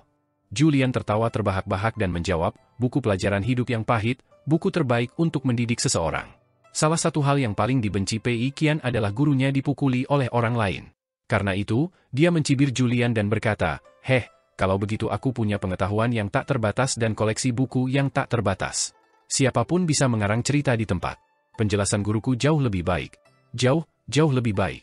Julian menggoyang-goyangkan kepalanya sambil minum. Ada anggur yang lezat untuk diminum, jadi dia tidak lagi tertarik berdebat dengan gadis kecil berkulit kecoklatan itu. "Kamu seharusnya tidak mengabaikan prinsip-prinsip yang dijelaskan oleh Julian hanya karena kamu tidak menyukainya," kata Chen Ping'an kepada Pei Qian. "Lupakan saja, kita bisa membicarakan hal-hal ini di masa mendatang." Pada akhirnya, Chen Ping'an merasa mengajar muridnya bukanlah sesuatu yang bisa dilakukan dengan tergesa-gesa. Dia tidak bisa memaksakan semua keyakinannya, bahkan jika dia secara pribadi menganggapnya sebagai prinsip yang benar, kepada Pei Qian tanpa mempertimbangkan hal lain. Pei Qian memiliki ingatan yang cemerlang, dan tidak menjadi tantangan besar baginya untuk menghafal puluhan ribu atau bahkan ratusan ribu karakter dari karya klasik yang bijak. Namun, menghafal semua ini tidak berguna seperti membuatnya benar-benar memahami satu atau dua frasa. Chen Ping'an menghela napas dan berkata bahwa dia akan masuk ke dalam untuk berlatih jurus tinjunya. Akan terlalu mencolok jika dia berlatih di halaman. Duduk di dalam kamarnya, Shiro tenggelam dalam pikirannya saat mendengar Chen Ping'an menyebutkan kalimat dari kitab suci Buddha itu. Akhirnya, dia mendesah pelan dan menyingkirkan pikiran-pikiran itu dari benaknya, menenangkan napasnya dan mengumpulkan konsentrasinya saat dia mulai menyalurkan mantra yang diajarkan Cui Dongshan kepadanya. Dengan menggunakan teknik pernapasan ini, dia mulai perlahan tapi pasti memurnikan tubuh abadi yang ditinggalinya. Setelah Chen Ping'an menutup pintu, Pei Qian bertanya dengan suara pelan, "Koki tua, mengapa Tuan tampak sedikit tidak senang? Apakah dia kesal karena aku bodoh?" Julian tersenyum lebar dan bertanya, "Apakah kamu ingin minum anggur? Kita bisa minum anggur lezat ini bersama-sama untuk menghilangkan kesedihan kita yang sudah berlangsung lama." Pei Qian menyilangkan lengannya dan mendengus marah, "Aku sudah pernah ditipu oleh Cui Dongshan sekali, jadi jangan coba-coba merusak hati Daoku juga." Julian hampir menyemburkan anggurnya. "Omong kosong macam apa yang dimiliki hati Dao anak kecil sepertimu?" dia bertanya dengan tidak percaya. Pei Qian berdiri dan menggenggam kedua tangannya di belakang punggungnya, menggelengkan kepala dan mendesah, tidak lupa melirik Julian dengan iba pada saat yang sama. Seolah-olah dia berkata bahwa dia tidak ingin membuang-buang napas dan menjelaskan semuanya pada tembok bata. Setelah Pei Qian berbalik, Julian memanfaatkan kesempatan itu untuk menendang pantat gadis kecil itu, menyebabkannya hampir jatuh dan menghantam tanah dengan wajah terlebih dahulu. Namun, Pei Qian telah melintasi banyak gunung dan sungai dan juga berlatih meditasi berjalan untuk waktu yang lama, jadi dia dengan cekatan meletakkan kedua tangannya di tanah dan melakukan salto, mencegah dirinya terjatuh. Setelah berdiri diam, rasa malunya berubah menjadi kemarahan dan dia menggerutu, "Julian, mengapa kamu melancarkan serangan diam-diam padaku? Apakah kamu masih peduli dengan kehormatan dunia kultivasi atau tidak? Tidak bisakah kamu melihat bahwa aku mengenakan pakaian baru sekarang? Apakah kamu ingin mempelajari awakening insects, teknik bela diri yang aku ciptakan sendiri?" tanya Julian.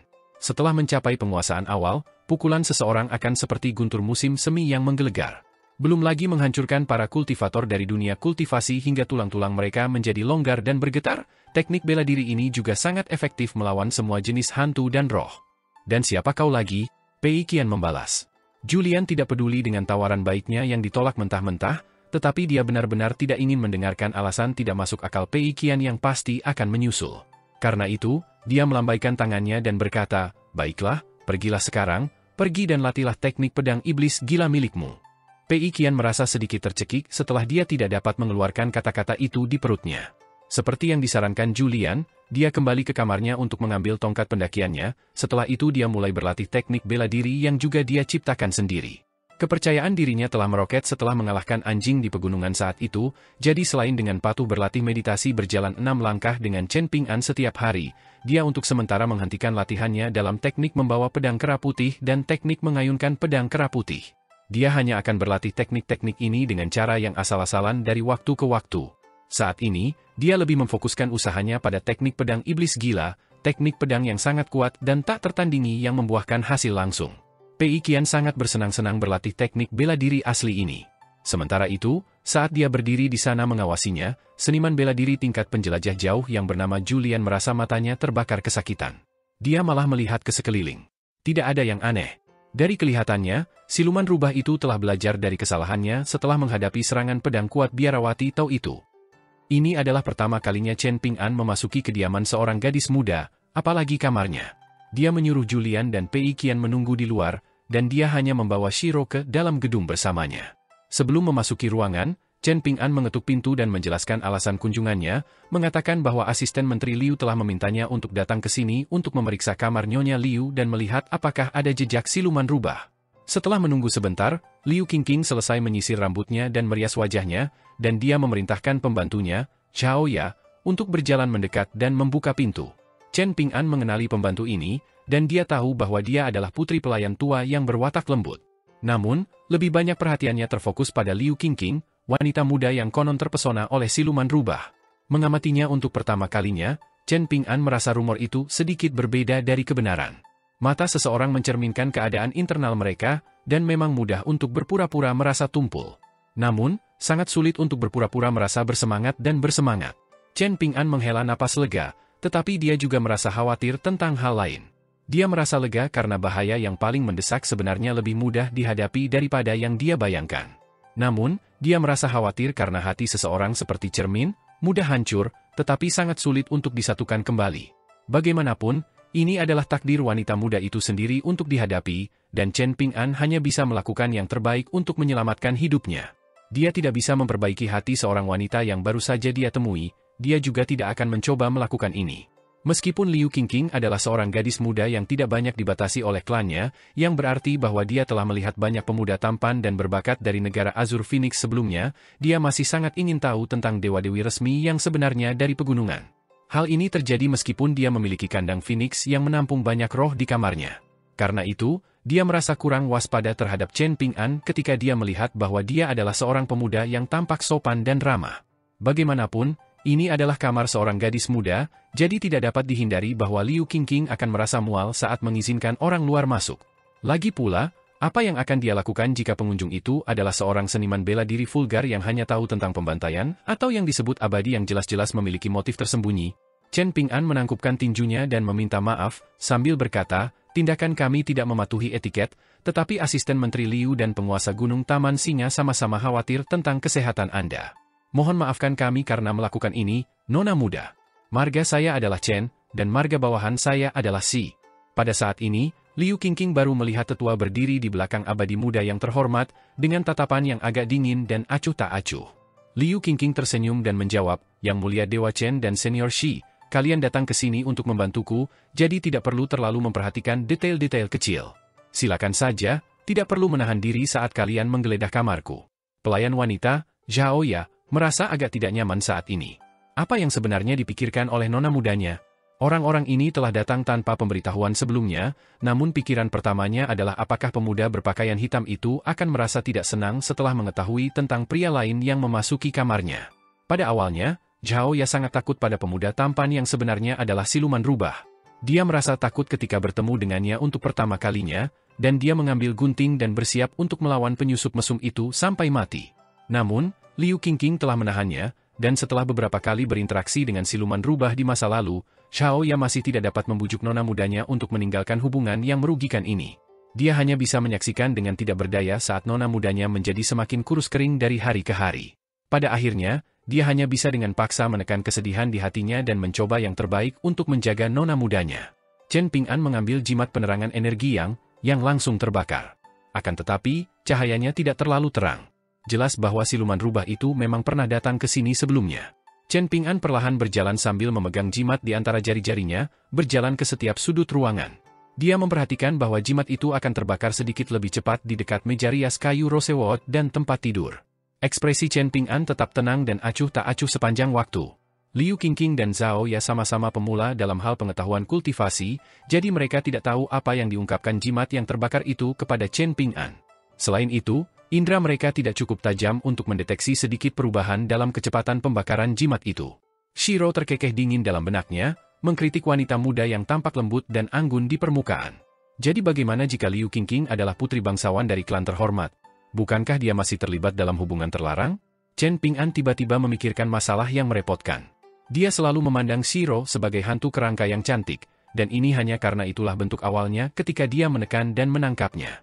Bahkan setelah dia pindah ke tubuh abadi Du Mao, Chen Ping'an masih terbiasa melihatnya sebagai seorang wanita. Ada beberapa metode rahasia yang digunakan orang untuk memenjarakan jiwa dan memelihara entitas jahat di dalam titik akupuntur, misalnya, bagaimana para pembudidaya iblis di benteng elang terbang membesarkan bayi hantu di tubuh istri pemimpin benteng, dan Chen Ping'an tidak terlalu terampil dalam menangani metode jahat ini. Namun, Shiro pada dasarnya adalah hantu, dan dia bahkan telah memurnikan dan memasuki tubuh abadi. Ditambah lagi dengan teknik-teknik yang diam-diam diajarkan Cui Dongshan kepadanya, wajar saja jika Shiro sangat mengenal metode-metode jahat ini. Terlebih lagi, indranya jauh lebih peka untuk mendeteksinya. Namun, saat ini, Shiro sedang berjalan di dunia fana dalam tubuh abadi Du Mao. Ini agak merepotkan. Lagi pula, apa yang akan dia lakukan jika Liu Qingqing menolak melakukan kontak fisik dengan Shiro, tidak mengizinkannya memeriksa denyut nadi dan napasnya apapun yang terjadi? Segalanya akan menjadi sangat sulit jika dia mulai terisak-isak, membuat keributan, dan bahkan mengancam akan bunuh diri. Chen Ping'an mencubit jimat itu dan berjalan ke arah Zhao Ya. Jimat itu tidak bereaksi, dan terus terbakar perlahan seperti sebelumnya. Zhao Ya merasa ini sangat misterius, jadi dia tidak bisa menahan diri untuk meminta izin Chen Ping'an untuk mendekat. Dia benar-benar memasukkan jarinya ke dalam api, dan yang mengejutkannya, api itu sama sekali tidak panas. Kemudian Chen Ping'an tersenyum tipis dan berjalan ke arah Liu Qingqing, dan separuh jimat yang tersisa tiba-tiba meledak menjadi api seukuran telapak tangan, menyebabkannya langsung hancur menjadi abu. Nona muda Liu, apakah pemuda itu pernah memberimu hadiah sebagai tanda cinta? Chen Ping'an bertanya. Dan apakah kamu membawa tanda cinta ini bersamamu? Pertanyaannya terselubung tipis, namun tidak menyakitkan. Liu Qingqing ingin berbicara, tetapi dia tidak dapat menahan diri untuk tidak ragu. Nona muda, pikirkanlah situasi saat ini, Zhao Ya membujuknya dengan suara lembut. Melihat ekspresi menyedihkan dan memohon di mata Zhao Ya, Liu Qingqing hanya bisa berbalik dan akhirnya mengambil kantong wewangian warna-warni yang tergantung di dekat dadanya. Ada sepasang bebek mandarin yang disulam di kantong wewangian itu. Bisakah Anda menyerahkannya dan mengizinkan saya melihatnya? Tanya Chen Ping'an. Liu Qingqing menggelengkan kepalanya, menolak untuk menuruti permintaan Chen Ping'an. Zhao Ya merasa sangat cemas. Mata Chen Ping'an sangat murni saat dia berkata, Nona muda Liu, Anda sangat mencintai pemuda itu, dan orang luar seperti saya tidak berani mengomentari hubungan Anda. Namun, bagaimana jika hubungan Anda membahayakan seluruh klan Liu? Bagaimana jika, dan saya katakan bagaimana jika, Anda mencintainya dengan tulus tetapi dia hanya mencintai Anda karena motif tersembunyi? Apa yang akan Anda lakukan? Mari kita abaikan skenario terburuk ini, dan mari kita abaikan juga cinta tulus yang ada di antara Anda dan pemuda itu. Jika saya hanya fokus pada kantong wangi ini, apakah itu akan mengurangi cinta di antara Anda dan pemuda itu jika saya melihatnya? Jawabannya tentu saja tidak. Namun, itu akan membuat hati nurani Anda merasa sedikit lebih tenang ketika menyangkut klan Liu dan Taman Singa. Saat berbicara, Chen Ping'an sebenarnya teringat Juhi dan Julu, ayah dan anak perempuan yang telah bepergian bersamanya selama perjalanan jauh pertamanya ke negara Sui besar. Julu dengan sukarela terjun ke dalam situasi berbahaya dan berusaha membunuh Chen Ping'an demi cinta. Berkat pesan halus dari Li Baozhen dari Fortune Street, Julu menjadi sangat bertekad dan tak tergoyahkan, mengorbankan segalanya dan tidak peduli dengan hal lain. Tidak hanya itu, dia juga merasa sepenuhnya dibenarkan dan tidak bersalah. Pinggiran mata Liu Qingqing memerah saat dia menyerahkan kantong wewangian kesayangannya kepada Chen Ping'an dengan tangan gemetar. Dia merasa semakin bersalah, seolah-olah dia benar-benar mengecewakan kekasihnya. Menyerahkan kantong wewangian itu seperti mengukir hatinya, dan meskipun tangannya sekarang kosong, hatinya terasa lebih kosong lagi. Dia berbalik dengan air mata menetes di wajahnya. Chen Ping'an menerima kantong wewangian itu, dan mengamatinya dengan saksama, menyadari bahwa kantong itu ditenun dari benang sutra dengan 5 warna berbeda. Di antara benang-benang itu, benang berwarna hitam identik dengan helai bulu rubah yang ditemukannya di tanah. Sedangkan untuk 4 lainnya, dia tidak tahu apa itu. Setelah membuka kantong wangi itu, Chen Ping'an melihat bahwa hanya ada beberapa pernak-pernik indah di dalamnya. Karena takut kehilangan sesuatu yang penting dan tidak dapat memahami sifat misterius dari pernak-pernik ini, ia menoleh ke Shiro untuk memastikan. Namun, Shiro juga menggelengkan kepalanya, berkata dengan suara pelan, kantong wangi ini seperti lentera yang terang di malam yang gelap, dan itu membuat siluman rubah itu dapat menemukan nona muda ini dengan lebih mudah. Barang-barang di dalamnya mungkin tidak terlalu istimewa. Chen Ping'an menyerahkan kantong wangi itu kepada Shiro dan berkata, pegang ini untukku. Setelah itu, ia mengambil rantai pengikat iblis yang telah disempurnakannya di gunung stalaktit dari udara tipis. Rantai pengikat iblis ini ditempa dari kumis emas naga banjir tingkat baru lahir dari parit naga banjir, sehingga dapat dianggap sebagai harta abadi yang sangat bermutu tinggi bahkan di antara semua harta abadi yang aneh dan misterius di dunia. Shiro menerima kantong wangi itu dan memasukkannya ke dalam lengan bajunya.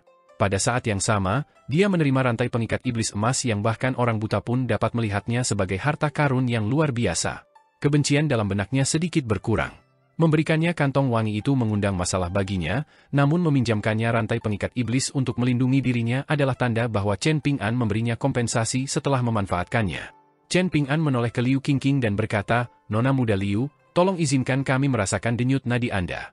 Banyak kemampuan mistis dari pegunungan yang sangat halus dan tersembunyi, jadi kami tidak akan dapat melihat apapun jika kami hanya mengamati ki Anda."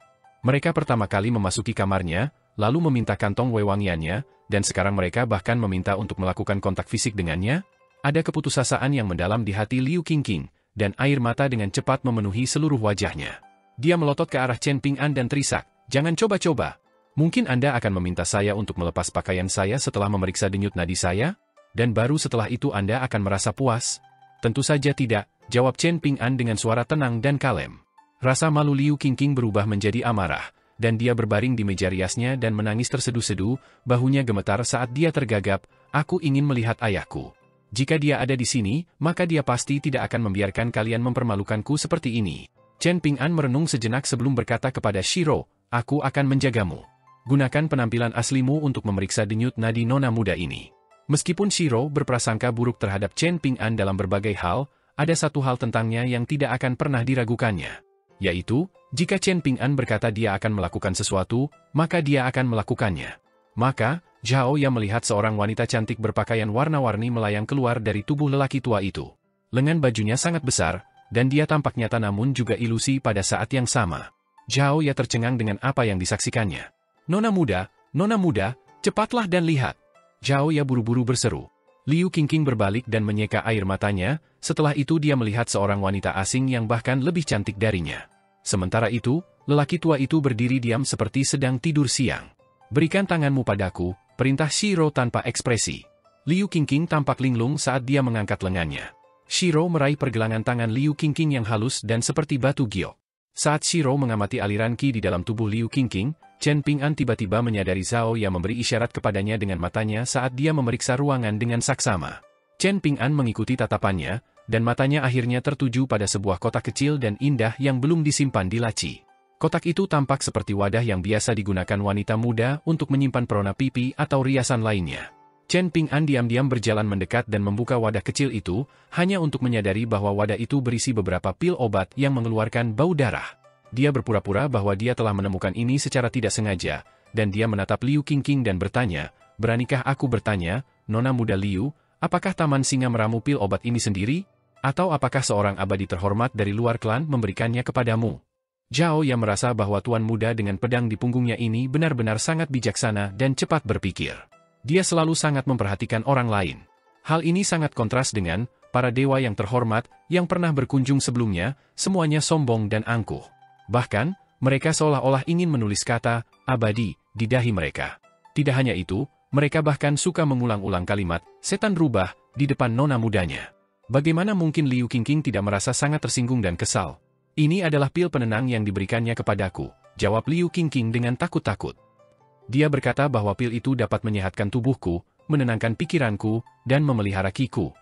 Sebenarnya, Shiro telah lama memperhatikan bau tajam dari ramuan obat itu. Setelah meliriknya, dia mencibir, "Pil penenang? Tahukah kamu apa itu pil penenang yang asli? Ini adalah jenis pil sesat yang digunakan untuk membangkitkan hantu dan membuat boneka. Setelah menelan pil ini, jiwa manusia atau hantu secara bertahap akan mengeras dan membeku di tempatnya. 3 jiwa abadi dan 7 bentuk fana seharusnya memiliki kemampuan untuk bergerak bebas, namun pil penenang akan mengubah jiwa dan bentuk fana ini menjadi sesuatu yang mirip dengan tanah liat yang digunakan untuk membuat tembikar. Pada akhirnya, mereka yang menelan pil penenang akan memiliki jiwa dan bentuk fana mereka yang dibentuk menjadi sebuah wadah. Menyehatkan tubuh, katamu?" Ada senyum mengejek di wajah Shiro saat dia melanjutkan, "Tentu saja, kekasihmu mungkin mengatakan bahwa ini adalah teknik rahasia tingkat tinggi yang digunakan oleh pasukan abadi di gunung untuk menebus kurangnya bakat junior mereka, yang memungkinkan mereka untuk terbang ke surga dalam satu langkah. Dan penjelasan ini tidak sepenuhnya salah. Kekuatan abadi yang bersedia menggunakan metode ini adalah kekuatan kecil dan biasa-biasa saja, atau kekuatan yang terjebak di antara batu dan tempat yang keras, yang memaksa mereka untuk segera menghasilkan banyak kultivator yang kuat. Lagi pula, ada banyak efek samping yang merugikan yang disebabkan oleh menelan pil penenang ini. Karena alasan itu, pil ini juga dikenal sebagai pil jalan buntu. Mereka yang menelan pil ini akan dibenci oleh langit dan bumi. Manusia akan menjadi setengah mati dan hantu akan menjadi setengah hidup. Nasib yang paling brutal adalah menjadi wadah yang baik untuk menyerap dan mengumpulkan energi spiritual dari pegunungan dan perairan. Setelah itu, seseorang akan menghancurkan wadah itu dan mengambil semua energi spiritual yang terkumpul. Bagaimana dengan nasib wadah yang hancur? 3 jiwa abadi dan 7 bentuk fana mereka akan menghilang, sehingga mereka tidak dapat bereinkarnasi setelah kematian. Dan jika kesadaran kapal tidak sepenuhnya memudar setelah kematian, maka mereka pasti akan menjadi hantu jahat. Shiro berbicara dengan sangat lugas. Zhao yang menjadi pucat pasi saat dia mendengarkan. Liu Qingqing awalnya ketakutan, tetapi dia masih tidak mau melepaskan harapan di hatinya. Jadi, dia segera menemukan penjelasan yang masuk akal untuk semuanya. Namun, dia sangat tidak berpengalaman dalam hal-hal ini, jadi dia secara alami gagal menyadari makna yang lebih dalam dan kasus penggunaan mistis dari pil penenang ini. Ekspresi gelap muncul di wajah Chen Ping'an. Jenis teknik abadi ini, bukankah itu mirip dengan porselen terikat dari dunia kecil permata? Chen Ping'an tidak bermaksud untuk terlibat dalam situasi yang merepotkan pada awalnya, jadi dia ingin mengambil jalan langsung ke ibu kota. Namun, dia berubah pikiran setelah mendengar penyedia dupa dari kuil penjaga sungai menyebutkan sarjana itu dan pepatah, di mana ada setan dan iblis yang menyebabkan masalah, pasti ada guru surgawi dengan pedang kayu persik. Ini karena Chen Ping'an teringat pada teman baiknya, Zhang Xianfeng.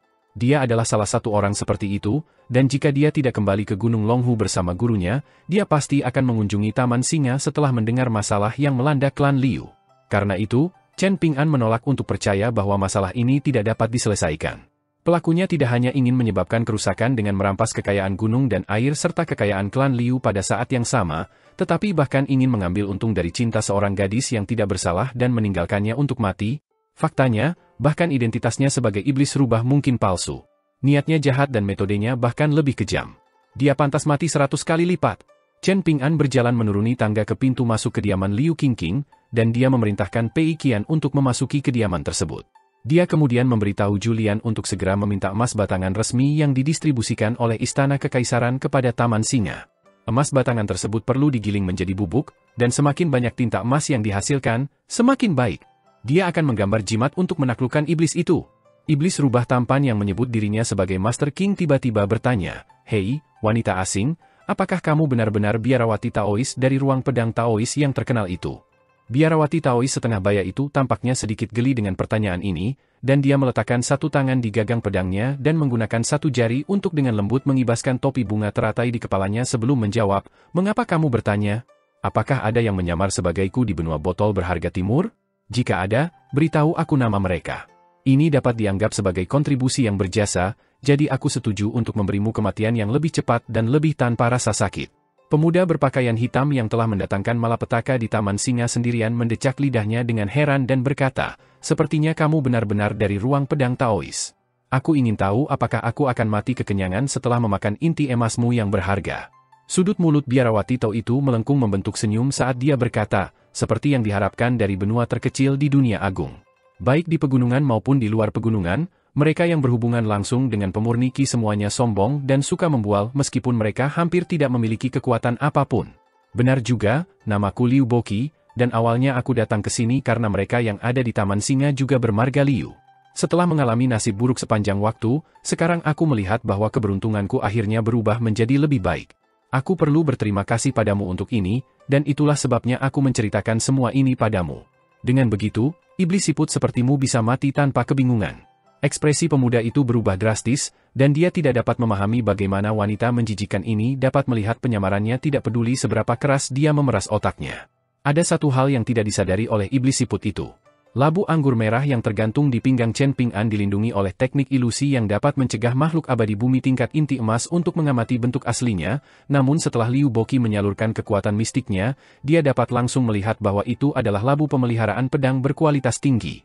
Suara Liu Boqi masih setenang dan tanpa emosi seperti biasanya saat dia melanjutkan, dan itulah mengapa aku memandang roh pohon willow itu tidak lebih dari orang buta.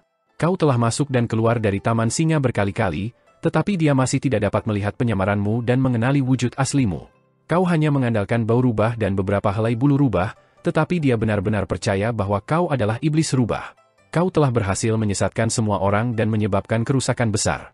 Sebenarnya, Orang yang diam-diam mendukungmu di belakang layar dan membuatmu menyebabkan malapetaka di Taman Singa juga sama butanya seperti kelelawar. Kalau tidak, mereka pasti sudah mengulitimu hidup-hidup dan mengambil mantel bulu rubahmu sejak lama, bukan? Lagi pula, apa gunanya kejatuhan klan Liu? Bagaimana bisa dibandingkan dengan nilai barang-barang di perutmu? Siluman siput pernah mengumumkan bahwa ia tidak akan takut bahkan jika diburu oleh seorang kultivator tingkat baru, namun saat ini, ia sudah menunjukkan rasa gugup yang langka. Apakah kau akan membiarkanku pergi jika aku meninggalkan Taman Singa sekarang? Tanyanya. Biarawati Taois setengah baya itu tidak menjawab pertanyaan ini, tampaknya merasa tidak pantas untuk menanggapi pertanyaan yang tidak masuk akal seperti itu. Sebaliknya, dia dengan lembut mengetuk gagang pedangnya dengan telapak tangannya dan berkata pada dirinya sendiri, pedang Dao yang kubawa kemana-mana ini disebut Dewa Jing, peringkat ke-17 di ruang pedang Dao Gunung Stalaktit. Adapun barang ikatanku, itu juga pedang, yang disebut Jiazuo. Namun, yakinlah bahwa kau tidak akan dapat melihat barang ikatanku. Kau seharusnya menganggap dirimu sangat beruntung. Lutut iblis siput hampir menyerah di bawahnya ketika dia mendengar ini. Rubah iblis yang kumakan itu awalnya bukanlah rubah yang baik, katanya dengan suara yang menyedihkan. Ia ingin mengandalkan pernikahan untuk mencapai Dao dan membentuk inti emas, dan ia bahkan ingin memanfaatkan situasi ini untuk perlahan-lahan menggerogoti kekayaan klan Liu. Tidak hanya itu, ia juga sangat delusi sehingga ia bahkan ingin berpartisipasi dalam ujian kekaisaran. Dengan membunuhnya dan melahapnya dalam sekali teguk, aku benar-benar membantu Taman Singa menghindari bencana. Kemudian, seorang abadi tua yang terhormat dari bangsa Phoenix Biru menginginkan segel kekaisaran dari kekaisaran yang jatuh yang diwariskan sebagai pusaka oleh klan Liu, jadi ia bergabung dengan orang yang sangat kuat dengan status tinggi di istana kekaisaran ibu kota. Dan dengan demikian, aku pun mengikuti arus, membiarkan ketiga pihak mencapai tujuan kami sendiri. Bagaimanapun, ini hanyalah transaksi sepele yang hampir tidak layak disebut. Nona Biarawati Daois, orang-orang hebat seharusnya toleran dan murah hati, jadi lepaskan saja aku seperti kentut. Jika aku mengganggumu dan kesenanganmu terhadap pemandangan, maka aku akan menggantinya dengan memberimu inti emas setengah jadi dari iblis rubah? Bagaimana menurutmu? Biarawati Daois Liu Boqi dari ruang pedang Daois terkekeh dan menjawab, apakah kamu pura-pura bodoh dan bertindak bodoh karena kamu yakin bahwa aku pasti tidak dapat menemukan tubuhmu yang sebenarnya? Pemuda itu tiba-tiba meninggalkan kepura-puraannya dan tertawa terbahak-bahak, berseru, "Ohoho, sangat mengesankan, Nona Bao, kau tidak sebodoh yang kukira. Ruang pedang Dao? Jadi apa? Dewa pedang Dao Jing yang acak atau semacamnya dari Gunung Stalaktit? Ada apa? Jangan lupa, ini adalah benua botol harta karun timur, dan kita berdiri di negara Phoenix Biru yang tepat di sebelah klan Jiang Hutan Awan. Wanita jelek, kau menolak tawaran yang kubuat karena niat baik, dan kau bersikeras agar aku memarahimu sebagai gantinya. Apakah kau membutuhkan Master King untuk memarahimu agar kau merasa lebih nyaman? Dasar jalang yang menjijikan. Ayo, cepatlah dan lari ke ibu kota untuk berdoa kepada para dewa dan bersujud kepada para Buddha. Jika tidak, jika kau jatuh ke tanganku lagi di benua botol harta karun timur, maka aku akan memastikan untuk mencambukmu sampai dagingmu hancur dan berdarah. Heh, siapa tahu, kamu mungkin benar-benar dipenuhi dengan kegembiraan saat itu, benar kan? Liu Boqi secara mengejutkan tidak marah, dan dia berkata sambil tersenyum geli. Seperti kata pepatah, semakin kecil kuil semakin ganas angin iblis, ini benar-benar terdengar benar. Berbincang dengan iblis siput sepertimu cukup menarik. Dibandingkan dengan iblis dan iblis kuat yang dengan sungguh-sungguh bersujud dan memohon pengampunan ketika mereka melihatku menghunus pedangku, atau bahkan mereka yang dengan gila berteriak dan meneriakkan ancaman kepadaku ketika mereka menghadapi kematian yang tak terelakkan, tanggapanmu benar-benar jauh lebih menarik. Pemuda tampan itu tampak sombong dan angkuh, namun pada kenyataannya, iblis siput itu sebenarnya menggerutu dalam benaknya sepanjang waktu. Ia tidak seperti Biarawati Tao yang suka mengoceh seperti ini, jadi mungkinkah sebenarnya ada jebakan di sekitar sini? Namun, tidak seorang pun tahu bahwa ia telah merusak tubuh roh pohon Willow, penguasa gunung Taman Singa. Dengan kata lain, ia dapat segera merasakan perubahan Feng Shui yang nyata di Taman Singa.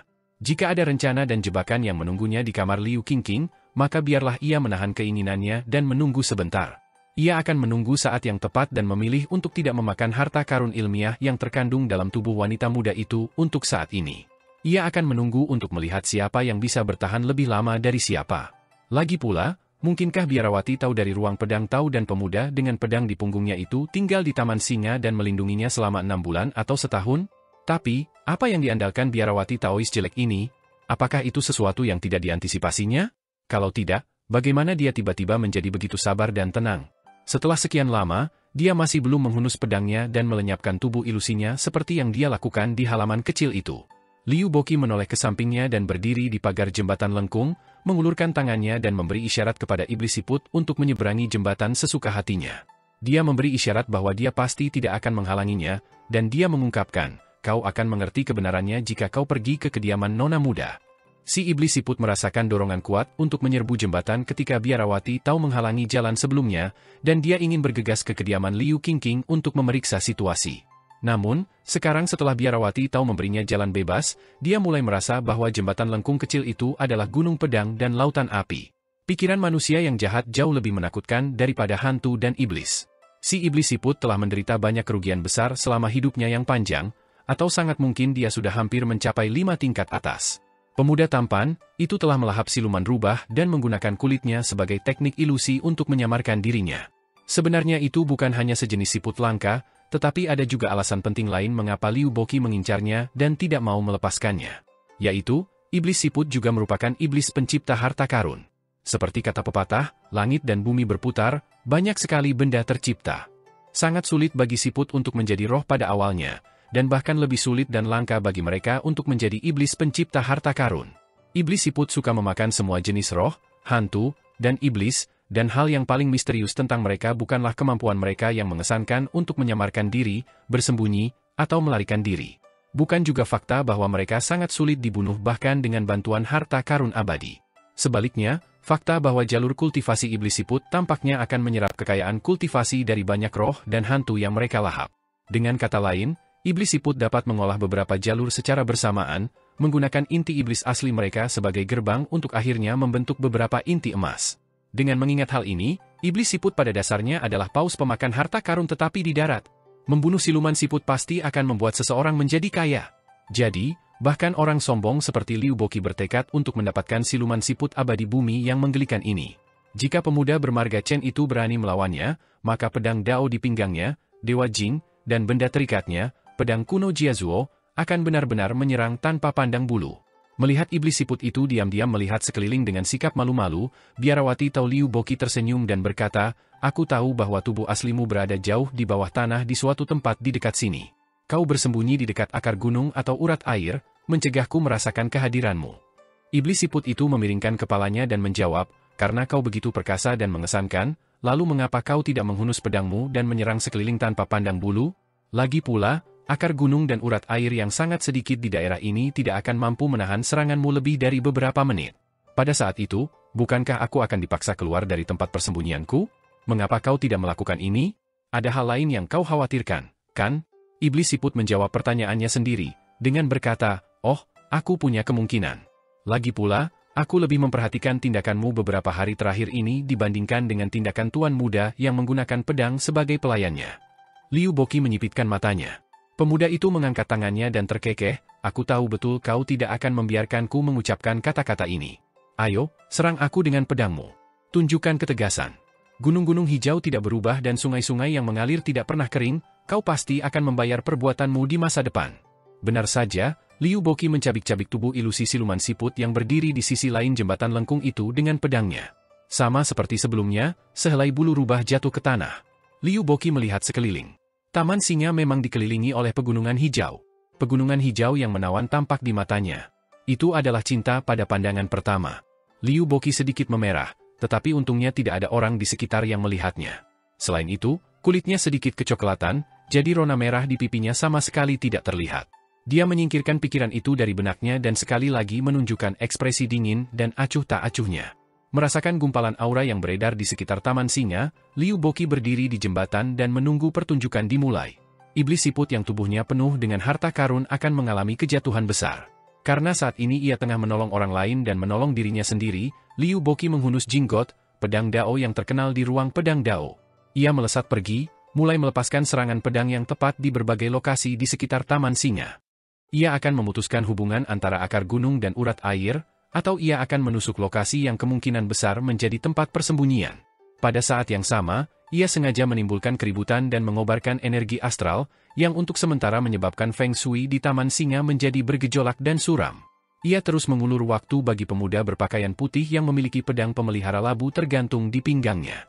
Setelah bertemu dengan iblis siput, jenis iblis yang sangat licik yang lebih mudah dibunuh daripada ditangkap, Liu Boqi hanya bisa mencubit hidungnya dan terlibat dalam perilaku membosankan seperti ini. Di luar ruang belajar yang pintunya tertutup rapat, seorang pemuda tampan sekali lagi muncul.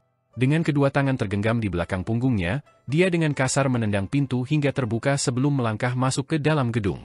Setan siput itu mengendus-endus sebentar, dan ia merasa sedikit tidak terbiasa dengan lingkungan itu. Ia memutar matanya dan menggerutu, "Aku benar-benar tidak tahu perbuatan baik apa yang dilakukan leluhur klan Liu hingga mengumpulkan begitu banyak kekayaan ilmiah. Kekayaan ilmiah ini mengalir ke seluruh Taman Singa tanpa henti, dan tidak mengherankan jika setan rubah tingkat gerbang naga ingin mengambil sebagian dari kekayaan ini. Ah, sungguh disayangkan nasibnya buruk. Ia melakukan semua upaya itu dengan sia-sia." Setan siput itu mulai mengetuk-ngetuk benda di sana-sini, dan ia juga menghentakkan kakinya sepanjang waktu untuk memastikan apakah ada mekanisme atau ruang rahasia yang ada. Setelah menyadari bahwa tidak ada benda seperti itu, ia mulai mencari-cari di area yang lebih mudah untuk menyembunyikan sesuatu. Harta karun itu seharusnya memang disembunyikan di ruang belajar ini. Ada dua dalang kuat di balik malapetaka yang mencengkeram Taman Singa, dan iblis siput telah melakukan kontak dengan keduanya. Mereka adalah makhluk tangguh yang sangat sulit dihadapi, dengan yang satu memiliki basis kultivasi yang tinggi dan yang satu lagi memiliki kekuatan dan pengaruh yang sangat besar. Bahkan, iblis siput tidak mau terlalu banyak berinteraksi dengan mereka. Kakek tua yang gemar mengumpulkan segel kekaisaran dari negara-negara yang jatuh di benua timur, harta karun memiliki hidung mancung, dan ia tampak lebih mengerikan dan menyeramkan daripada hantu saat tersenyum. Ada pepatah dari sekolah naturalis yang dengan tepat menggambarkan kakek tua ini, hidung seperti paruh elang, digunakan untuk mematuk hati orang lain. Pepatah ini tepat sekali. Kakek tua yang aneh itu tengah berjalan di jalan untuk membantu klan kekaisaran, dan hal favoritnya adalah mengumpulkan relik yang masih hidup dari negara-negara yang jatuh. Semakin dekat usia relik ini dengan tahun ketika negara yang bersangkutan jatuh, semakin kakek tua yang aneh itu akan menyukai relik tersebut. Ia tentu saja akan bersedia membayar lebih untuk relik tersebut juga. Faktanya, dikabarkan bahwa kakek tua itu telah mengumpulkan hampir 100 segel kekaisaran milik kaisar dari berbagai negara dan periode waktu. Dia memiliki hampir semua segel kekaisaran yang diinginkan seseorang. Namun, masih ada dua hal yang menurutnya sangat disayangkan. Pertama, dia kehilangan satu segel kekaisaran yang merupakan bagian dari beberapa segel. Ada beberapa rumor kecil tentang segel ini yang muncul di stasiun feri Wasp Tile, tetapi lelaki tua itu tampaknya cukup khawatir dengan gang yang pernah menghasilkan seorang kultivator tingkat 5 atas. Dia tidak berani menyamar dan menuju ke stasiun feri Wasp Tile untuk mengambil segel kekaisaran. Kedua, dia sangat menginginkan harta karun yang diwariskan oleh Taman Singa dan disimpan dari generasi ke generasi. Harta karun ini dikenal sebagai harta karun yang pernah dibawa oleh seorang kaisar dalam perjalanan inspeksinya ke seluruh negeri. Dulunya merupakan harta karun yang sangat penting, peninggalan yang masih ada ini dulunya milik sebuah negeri yang telah jatuh yang terletak di wilayah selatan benua botol harta karun timur. Harta karun ini tidak besar, panjangnya hanya 2 inci dan lebarnya 2 inci. Harta karun ini dibuat dari emas, dan seseorang benar-benar berani mengukir kata-kata ini pada balok emas kecil, mencakup langit dan bumi, dibantu secara diam-diam oleh para dewa, baju besi emas berkilauan, perburuan musim gugur di seluruh negeri. Setan siput sesekali mengangkat kepalanya untuk melihat keluar jendela. Benar saja, wanita bau itu tidak mau menyerah, dan sekarang menggunakan metode yang paling kasar dan paling memakan waktu untuk mencari tubuh aslinya. Sungguh mengesankan jika dia benar-benar berhasil menemukannya. Setan siput itu menyeringai puas. Sebenarnya, ini semua berkat novel seni bela diri yang telah dibacanya, terutama kalimat tentang tempat paling berbahaya sebenarnya adalah tempat paling aman. Semakin setan siput merenungkan hal ini, semakin masuk akal. Namun, ia merasa sedikit gelisah saat ia terus mencari balok emas kecil itu. Si cacat kecil dari klan Liu itu cukup pandai menyembunyikan sesuatu. Meskipun iblis siput untuk sementara tidak dapat mengambil balok emas kecil itu meskipun menemukannya, setidaknya ia dapat melihat harta karun itu terlebih dahulu. Situasi saat ini sungguh tidak masuk akal. Setelah menjalin beberapa hubungan dengan Feng Shui Taman Singa, iblis siput secara mengejutkan berubah menjadi makhluk menyedihkan yang bahkan tidak dapat mengambil balok emas kecil itu. Tentu saja, ia memang dapat mengambil balok emas kecil itu jika mengabaikan konsekuensinya. Namun, iblis siput tidak mau menempuh jalan ini, terutama karena waktu adalah sumber daya yang paling melimpah bagi iblis yang menempuh jalan kultivasi. Mungkin ini adalah kompensasi dari surga mengingat betapa sulitnya bagi iblis untuk berkultivasi. Menjadi roh dan memperoleh kecerdasan adalah salah satu penghalang, dan berubah bentuk menjadi bentuk manusia untuk berkultivasi adalah penghalang lainnya. Setelah itu, menemukan kitab suci abadi rahasia yang membuka jalan menuju Dao besar, atau menjadi sangat beruntung dan menerima pengakuan resmi, dapat dianggap sebagai penghalang ketiga. Menurut catatan sejarah, ada seekor siluman rubah tingkat 5 atas yang sangat beruntung di kediaman Master Surgawi Gunung Longhu.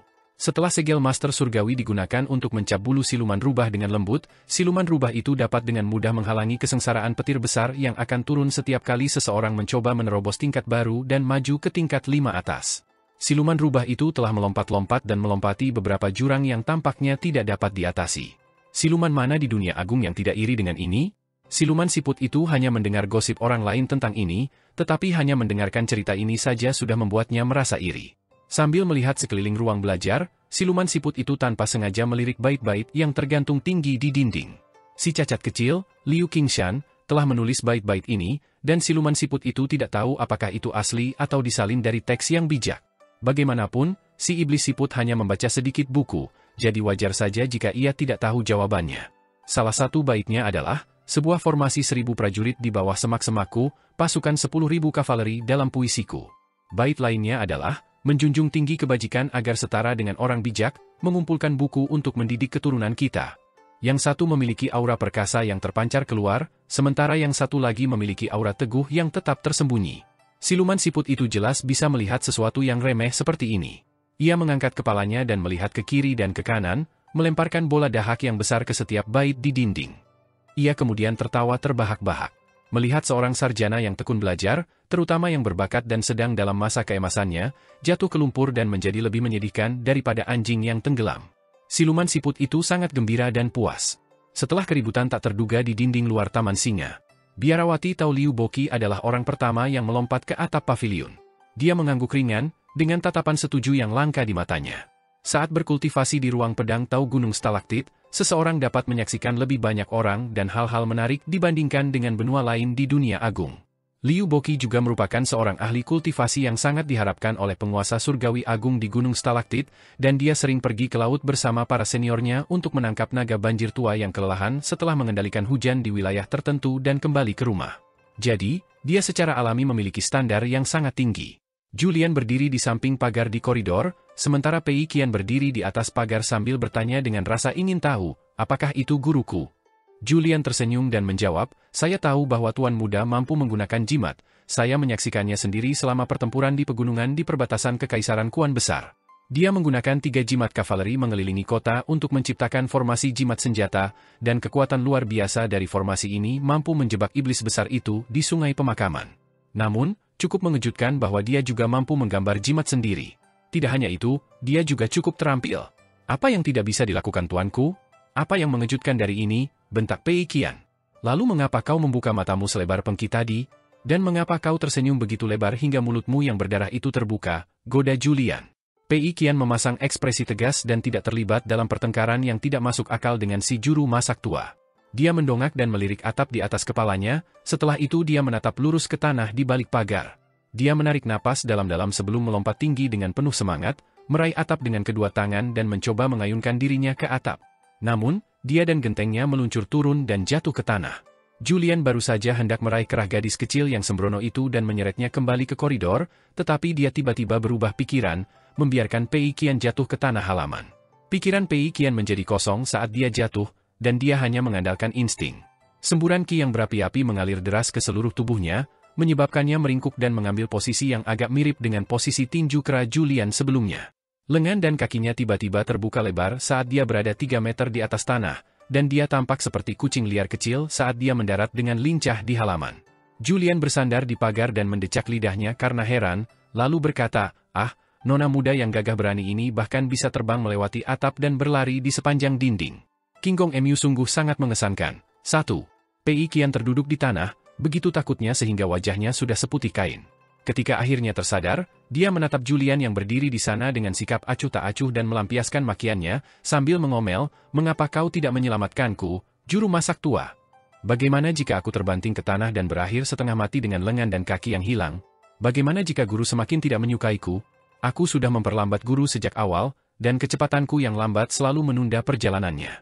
Bagaimana jika guru menjadi tidak senang dan langsung meninggalkanku?" Setelah memikirkan hasil yang tragis ini, Pei Qian tidak bisa menahan tangis dan menangis sekeras-kerasnya. Ini adalah polusi suara yang parah bagi telinga Julian, dan bahkan pembantunya, Zhao Ya, bergegas keluar untuk memeriksa situasi. Zhao Ya baru saja mengobrol dengan nyonya mudanya, dan wajahnya dipenuhi dengan kebingungan saat ini, tidak yakin mengapa gadis kecil nakal itu tiba-tiba duduk di halaman. Julian berpura-pura gugup saat dia berseru, "Cepat, naik ke atas, ada setan." Pei Qian melompat berdiri tanpa berkata apa-apa dan segera menghentikan tangisannya yang keras. Dia kemudian bergegas masuk ke dalam gedung dan berlari ke atas, menyerbu ke kamar Liu Qingqing, yang saat ini tidak terkunci. Dia berbalik dan menutup pintu rapat-rapat di belakangnya, setelah itu dia meraih tongkat pendakiannya dan berlari ke sisi Julian dalam satu tarikan napas. Dia melihat sekeliling, menyeka air mata dari wajahnya sambil menempelkan jimat kertas kuning ke dahinya. "Di mana dia? Di mana iblis itu?" tanyanya. Julian menahan tawanya dan dengan santai menjawab, "Kau bisa menganggap dirimu beruntung. Iblis itu sudah pergi, kemungkinan besar karena dia melihat bahwa gedung ini terlalu sulit untuk diserangnya." Pei Qian dengan kasar menyeka keringat dan air mata dari wajahnya, merasa sangat takut sehingga dia tidak menyadari ekspresi menggoda Julian sepanjang waktu.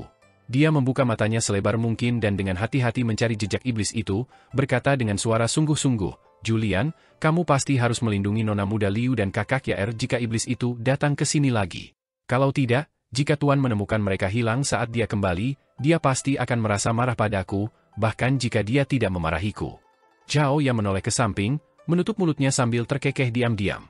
"Kamu sama sekali tidak khawatir dengan keselamatanmu sendiri?" Julian bertanya sambil tersenyum. Pei Qian mengambil jimat lain dan menempelkannya di dahinya, juga mencengkeram tongkat pendakiannya erat-erat sambil menjawab, "Guru menyuruhku untuk melindungi diriku sendiri, jadi aku pasti harus mendengarkannya dan melindungi diriku sendiri dengan benar." Julian mengepalkan tangannya dan menggenggamnya di belakang punggungnya, sementara dia memegang tangannya yang lain di depan perutnya, membuatnya tampak seperti seorang Grandmaster saat dia berkata dengan senyum tipis, "Yakinlah, gurumu juga menyuruhku untuk melindungimu." Di dalam perpustakaan kitab suci, Tuan Muda Dugu tersenyum dan berkata, "Sepertinya iblis licik itu akan dijebak dan dipukuli. Bisakah formasi itu benar-benar menutupi seluruh taman singa dan menjebak iblis itu?" tanya Meng Long. Formasi itu belum tentu mampu menahan beberapa serangan dari iblis itu. Tetapi saat iblis itu menunjukkan tubuh aslinya adalah saat biarawati Tao itu menghunus pedangnya untuk menebasnya sampai mati, Tuan Muda Dugu menjelaskan. "Tetapi bagaimana jika iblis itu memutuskan untuk tetap bersembunyi?" tanya Meng Long. Tuan Muda Dugu menunjuk fenomena aneh energi spiritual di sekeliling Taman Singa. Manusia di dalam Taman Singa mungkin tidak dapat melihat sesuatu yang istimewa, tetapi mereka yang memiliki sedikit kultivasi akan dapat melihat sinar cahaya keemasan mengalir di sekitar Taman Singa seperti aliran kecil. Formasi jimat ini, apapun namanya, mengubah energi spiritual menjadi cairan, jawab Tuan Muda Dugu. Dan yang cerdik tentangnya bukan hanya kemampuannya untuk menjebak target. Jika saya tidak salah, formasi ini juga akan memengaruhi akar gunung dan urat air di area ini. Sekarang setelah penguasa gunung juga terbebas dari belenggu, mencari tempat persembunyian iblis akan jauh lebih mudah dari sebelumnya. Selain itu, karena abadi muda itu mampu menciptakan formasi jimat yang begitu besar, ia secara alami dapat terus menggambar jimat di sekitar Taman Singa, mengisi area kritis Feng Shui yang baik dengan jimat. Dengan begitu, bahkan jika iblis itu tidak mati lemas, ia akan merasa jijik setengah mati. Rasanya seperti terperangkap dalam panci berisi air yang direbus perlahan-lahan. Meng Long memasang ekspresi meremehkan. Mengambil begitu banyak jimat untuk mendapatkan sedikit keuntungan sama sekali tidak bisa dianggap mengesankan. Gurumu dapat dengan mudah memanggil asap ungu dan ki dengan lambaian tangannya dan membuatnya menyelimuti kota yang berpenduduk ratusan ribu orang.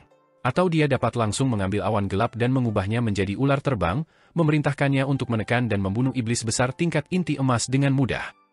Ada rasa jengkel dalam suara Tuan Muda Dugu saat dia berkata, "Aku memuji kualitas baik pemuda itu, sementara kamu memuji guruku. Kedua hal itu tidak saling eksklusif. Lihat, kamu seharusnya tidak terus meremehkan pemurni ki dan seniman bela diri murni lainnya hanya karena mereka bukan aku. Aku tidak tahan melihat orang lain bersaing denganmu, Tuan Muda," jawab Meng Long terus terang. "Jika orang dengan nama keluarga Chen itu seorang wanita, apakah aku akan iri padanya sama sekali? Faktanya, perasaanku tidak akan berubah bahkan jika dia adalah seorang pedang abadi. Lalu bagaimana jika selain dia adalah seorang pendekar pedang muda, dia juga lebih cantik darimu?"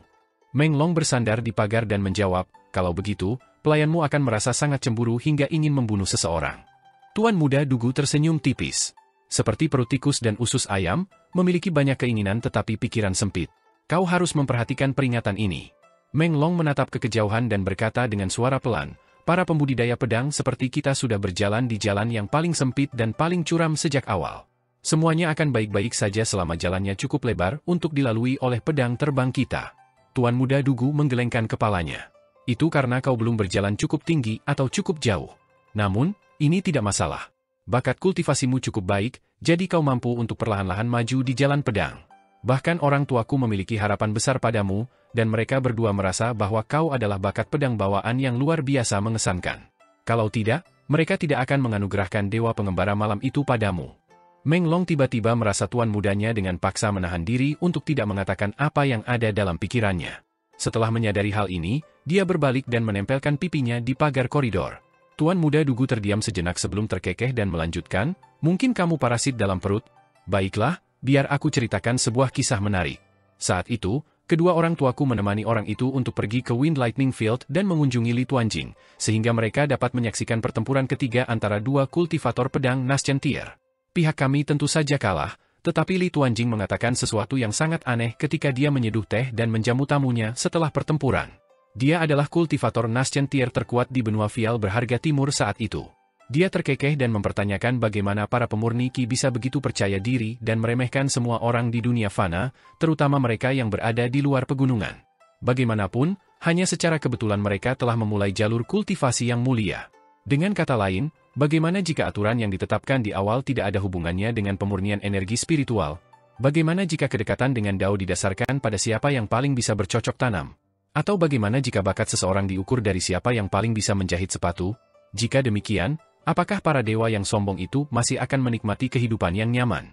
Li Tuanjing benar-benar orang yang suka mengatakan hal-hal aneh dan melakukan tindakan aneh, kata Meng Long dengan suara lembut. Li Tuanjing adalah orang yang benar-benar mencapai Dao, jawab Tuan Muda Dugu. Namun, medan petir angin tidak dapat lagi menahan ki pedang yang membumbung tinggi dari Gunung Sunscourt setelah kematian Li Tuanjing. Ini terjadi meskipun mereka masih memiliki Huang He dan Liu Baqiao. Meng Long tiba-tiba teringat sesuatu, dan dia bertanya, apa yang terjadi dengan Liu Baqiao dan Su Jia itu? Apakah mereka akhirnya menjadi pasangan yang penuh kasih dan menikmati akhir yang bahagia seperti novel-novel itu? Tuan Muda Dugu merenung sejenak sebelum menjawab, meskipun kisah romantis mereka benar-benar berakhir bahagia seperti novel-novel itu, kurasa kita baru mencapai titik tengah novel ini sekarang. Meng Long tiba-tiba merendahkan suaranya dan berbisik, Tuan Muda, apakah benar-benar ada fiksionis yang berkumpul di Tanah Suci Kertas Putih itu? Dan apakah segudang makhluk di Tanah Suci itu benar-benar bertindak sesuai dengan cerita yang ditulis oleh fiksionis itu? Ibumu juga menyebutkan bahwa orang bijak dari sekolah fiksi benar-benar sangat mengesankan. Mereka yang memiliki basis kultivasi yang lebih tinggi dapat mewujudkan cerita tentang nasib suatu negara, sementara mereka yang memiliki basis kultivasi yang lebih rendah dapat mewujudkan cerita tentang suatu negara atau wilayah yang lebih kecil. Sementara itu, murid fiksionis yang baru saja mulai berkultivasi dan memiliki basis kultivasi terendah hanya dapat mendikte kehidupan dan kematian satu orang dengan cerita mereka. Akhirnya, semakin banyak karakter yang ditulis oleh fiksionis, semakin besar Tanah Suci Kertas Putih itu nantinya. Tuan Muda Dugu tersenyum dan menjawab, tidak ada kekurangan hal-hal luar biasa di dunia yang tak terhitung jumlahnya, hal-hal yang benar dan yang salah. Kalau begitu, siapa yang bisa memastikan apakah ini benar atau salah? Tuan Muda, haruskah kita pergi ke sana untuk melihat apakah ini benar atau salah setelah kita berdua menjadi makhluk abadi di bumi suatu hari nanti? Tuan Muda Dugu meletakkan tangannya di belakang kepalanya dan menjawab dengan senyum lebar, tentu saja. Berdiri di dalam ruang belajar Liu Qingshan, iblis siput dalam bentuk seorang pemuda berpakaian hitam memiliki ekspresi panik di wajahnya. Pemuda terkutuk itu dengan pedang di punggungnya? Bagaimana mungkin dia terampil menggambar jimat juga? Tidak hanya itu, tetapi dia juga membawa banyak jimat bermutu tinggi bersamanya. Apakah pemuda ini bersikeras melawannya sampai mati? Apakah dia tidak takut menyebabkan kedua belah pihak menderita dan berpotensi mati pada akhirnya? Pada saat itu, tidak ada pihak yang akan keluar tanpa cedera.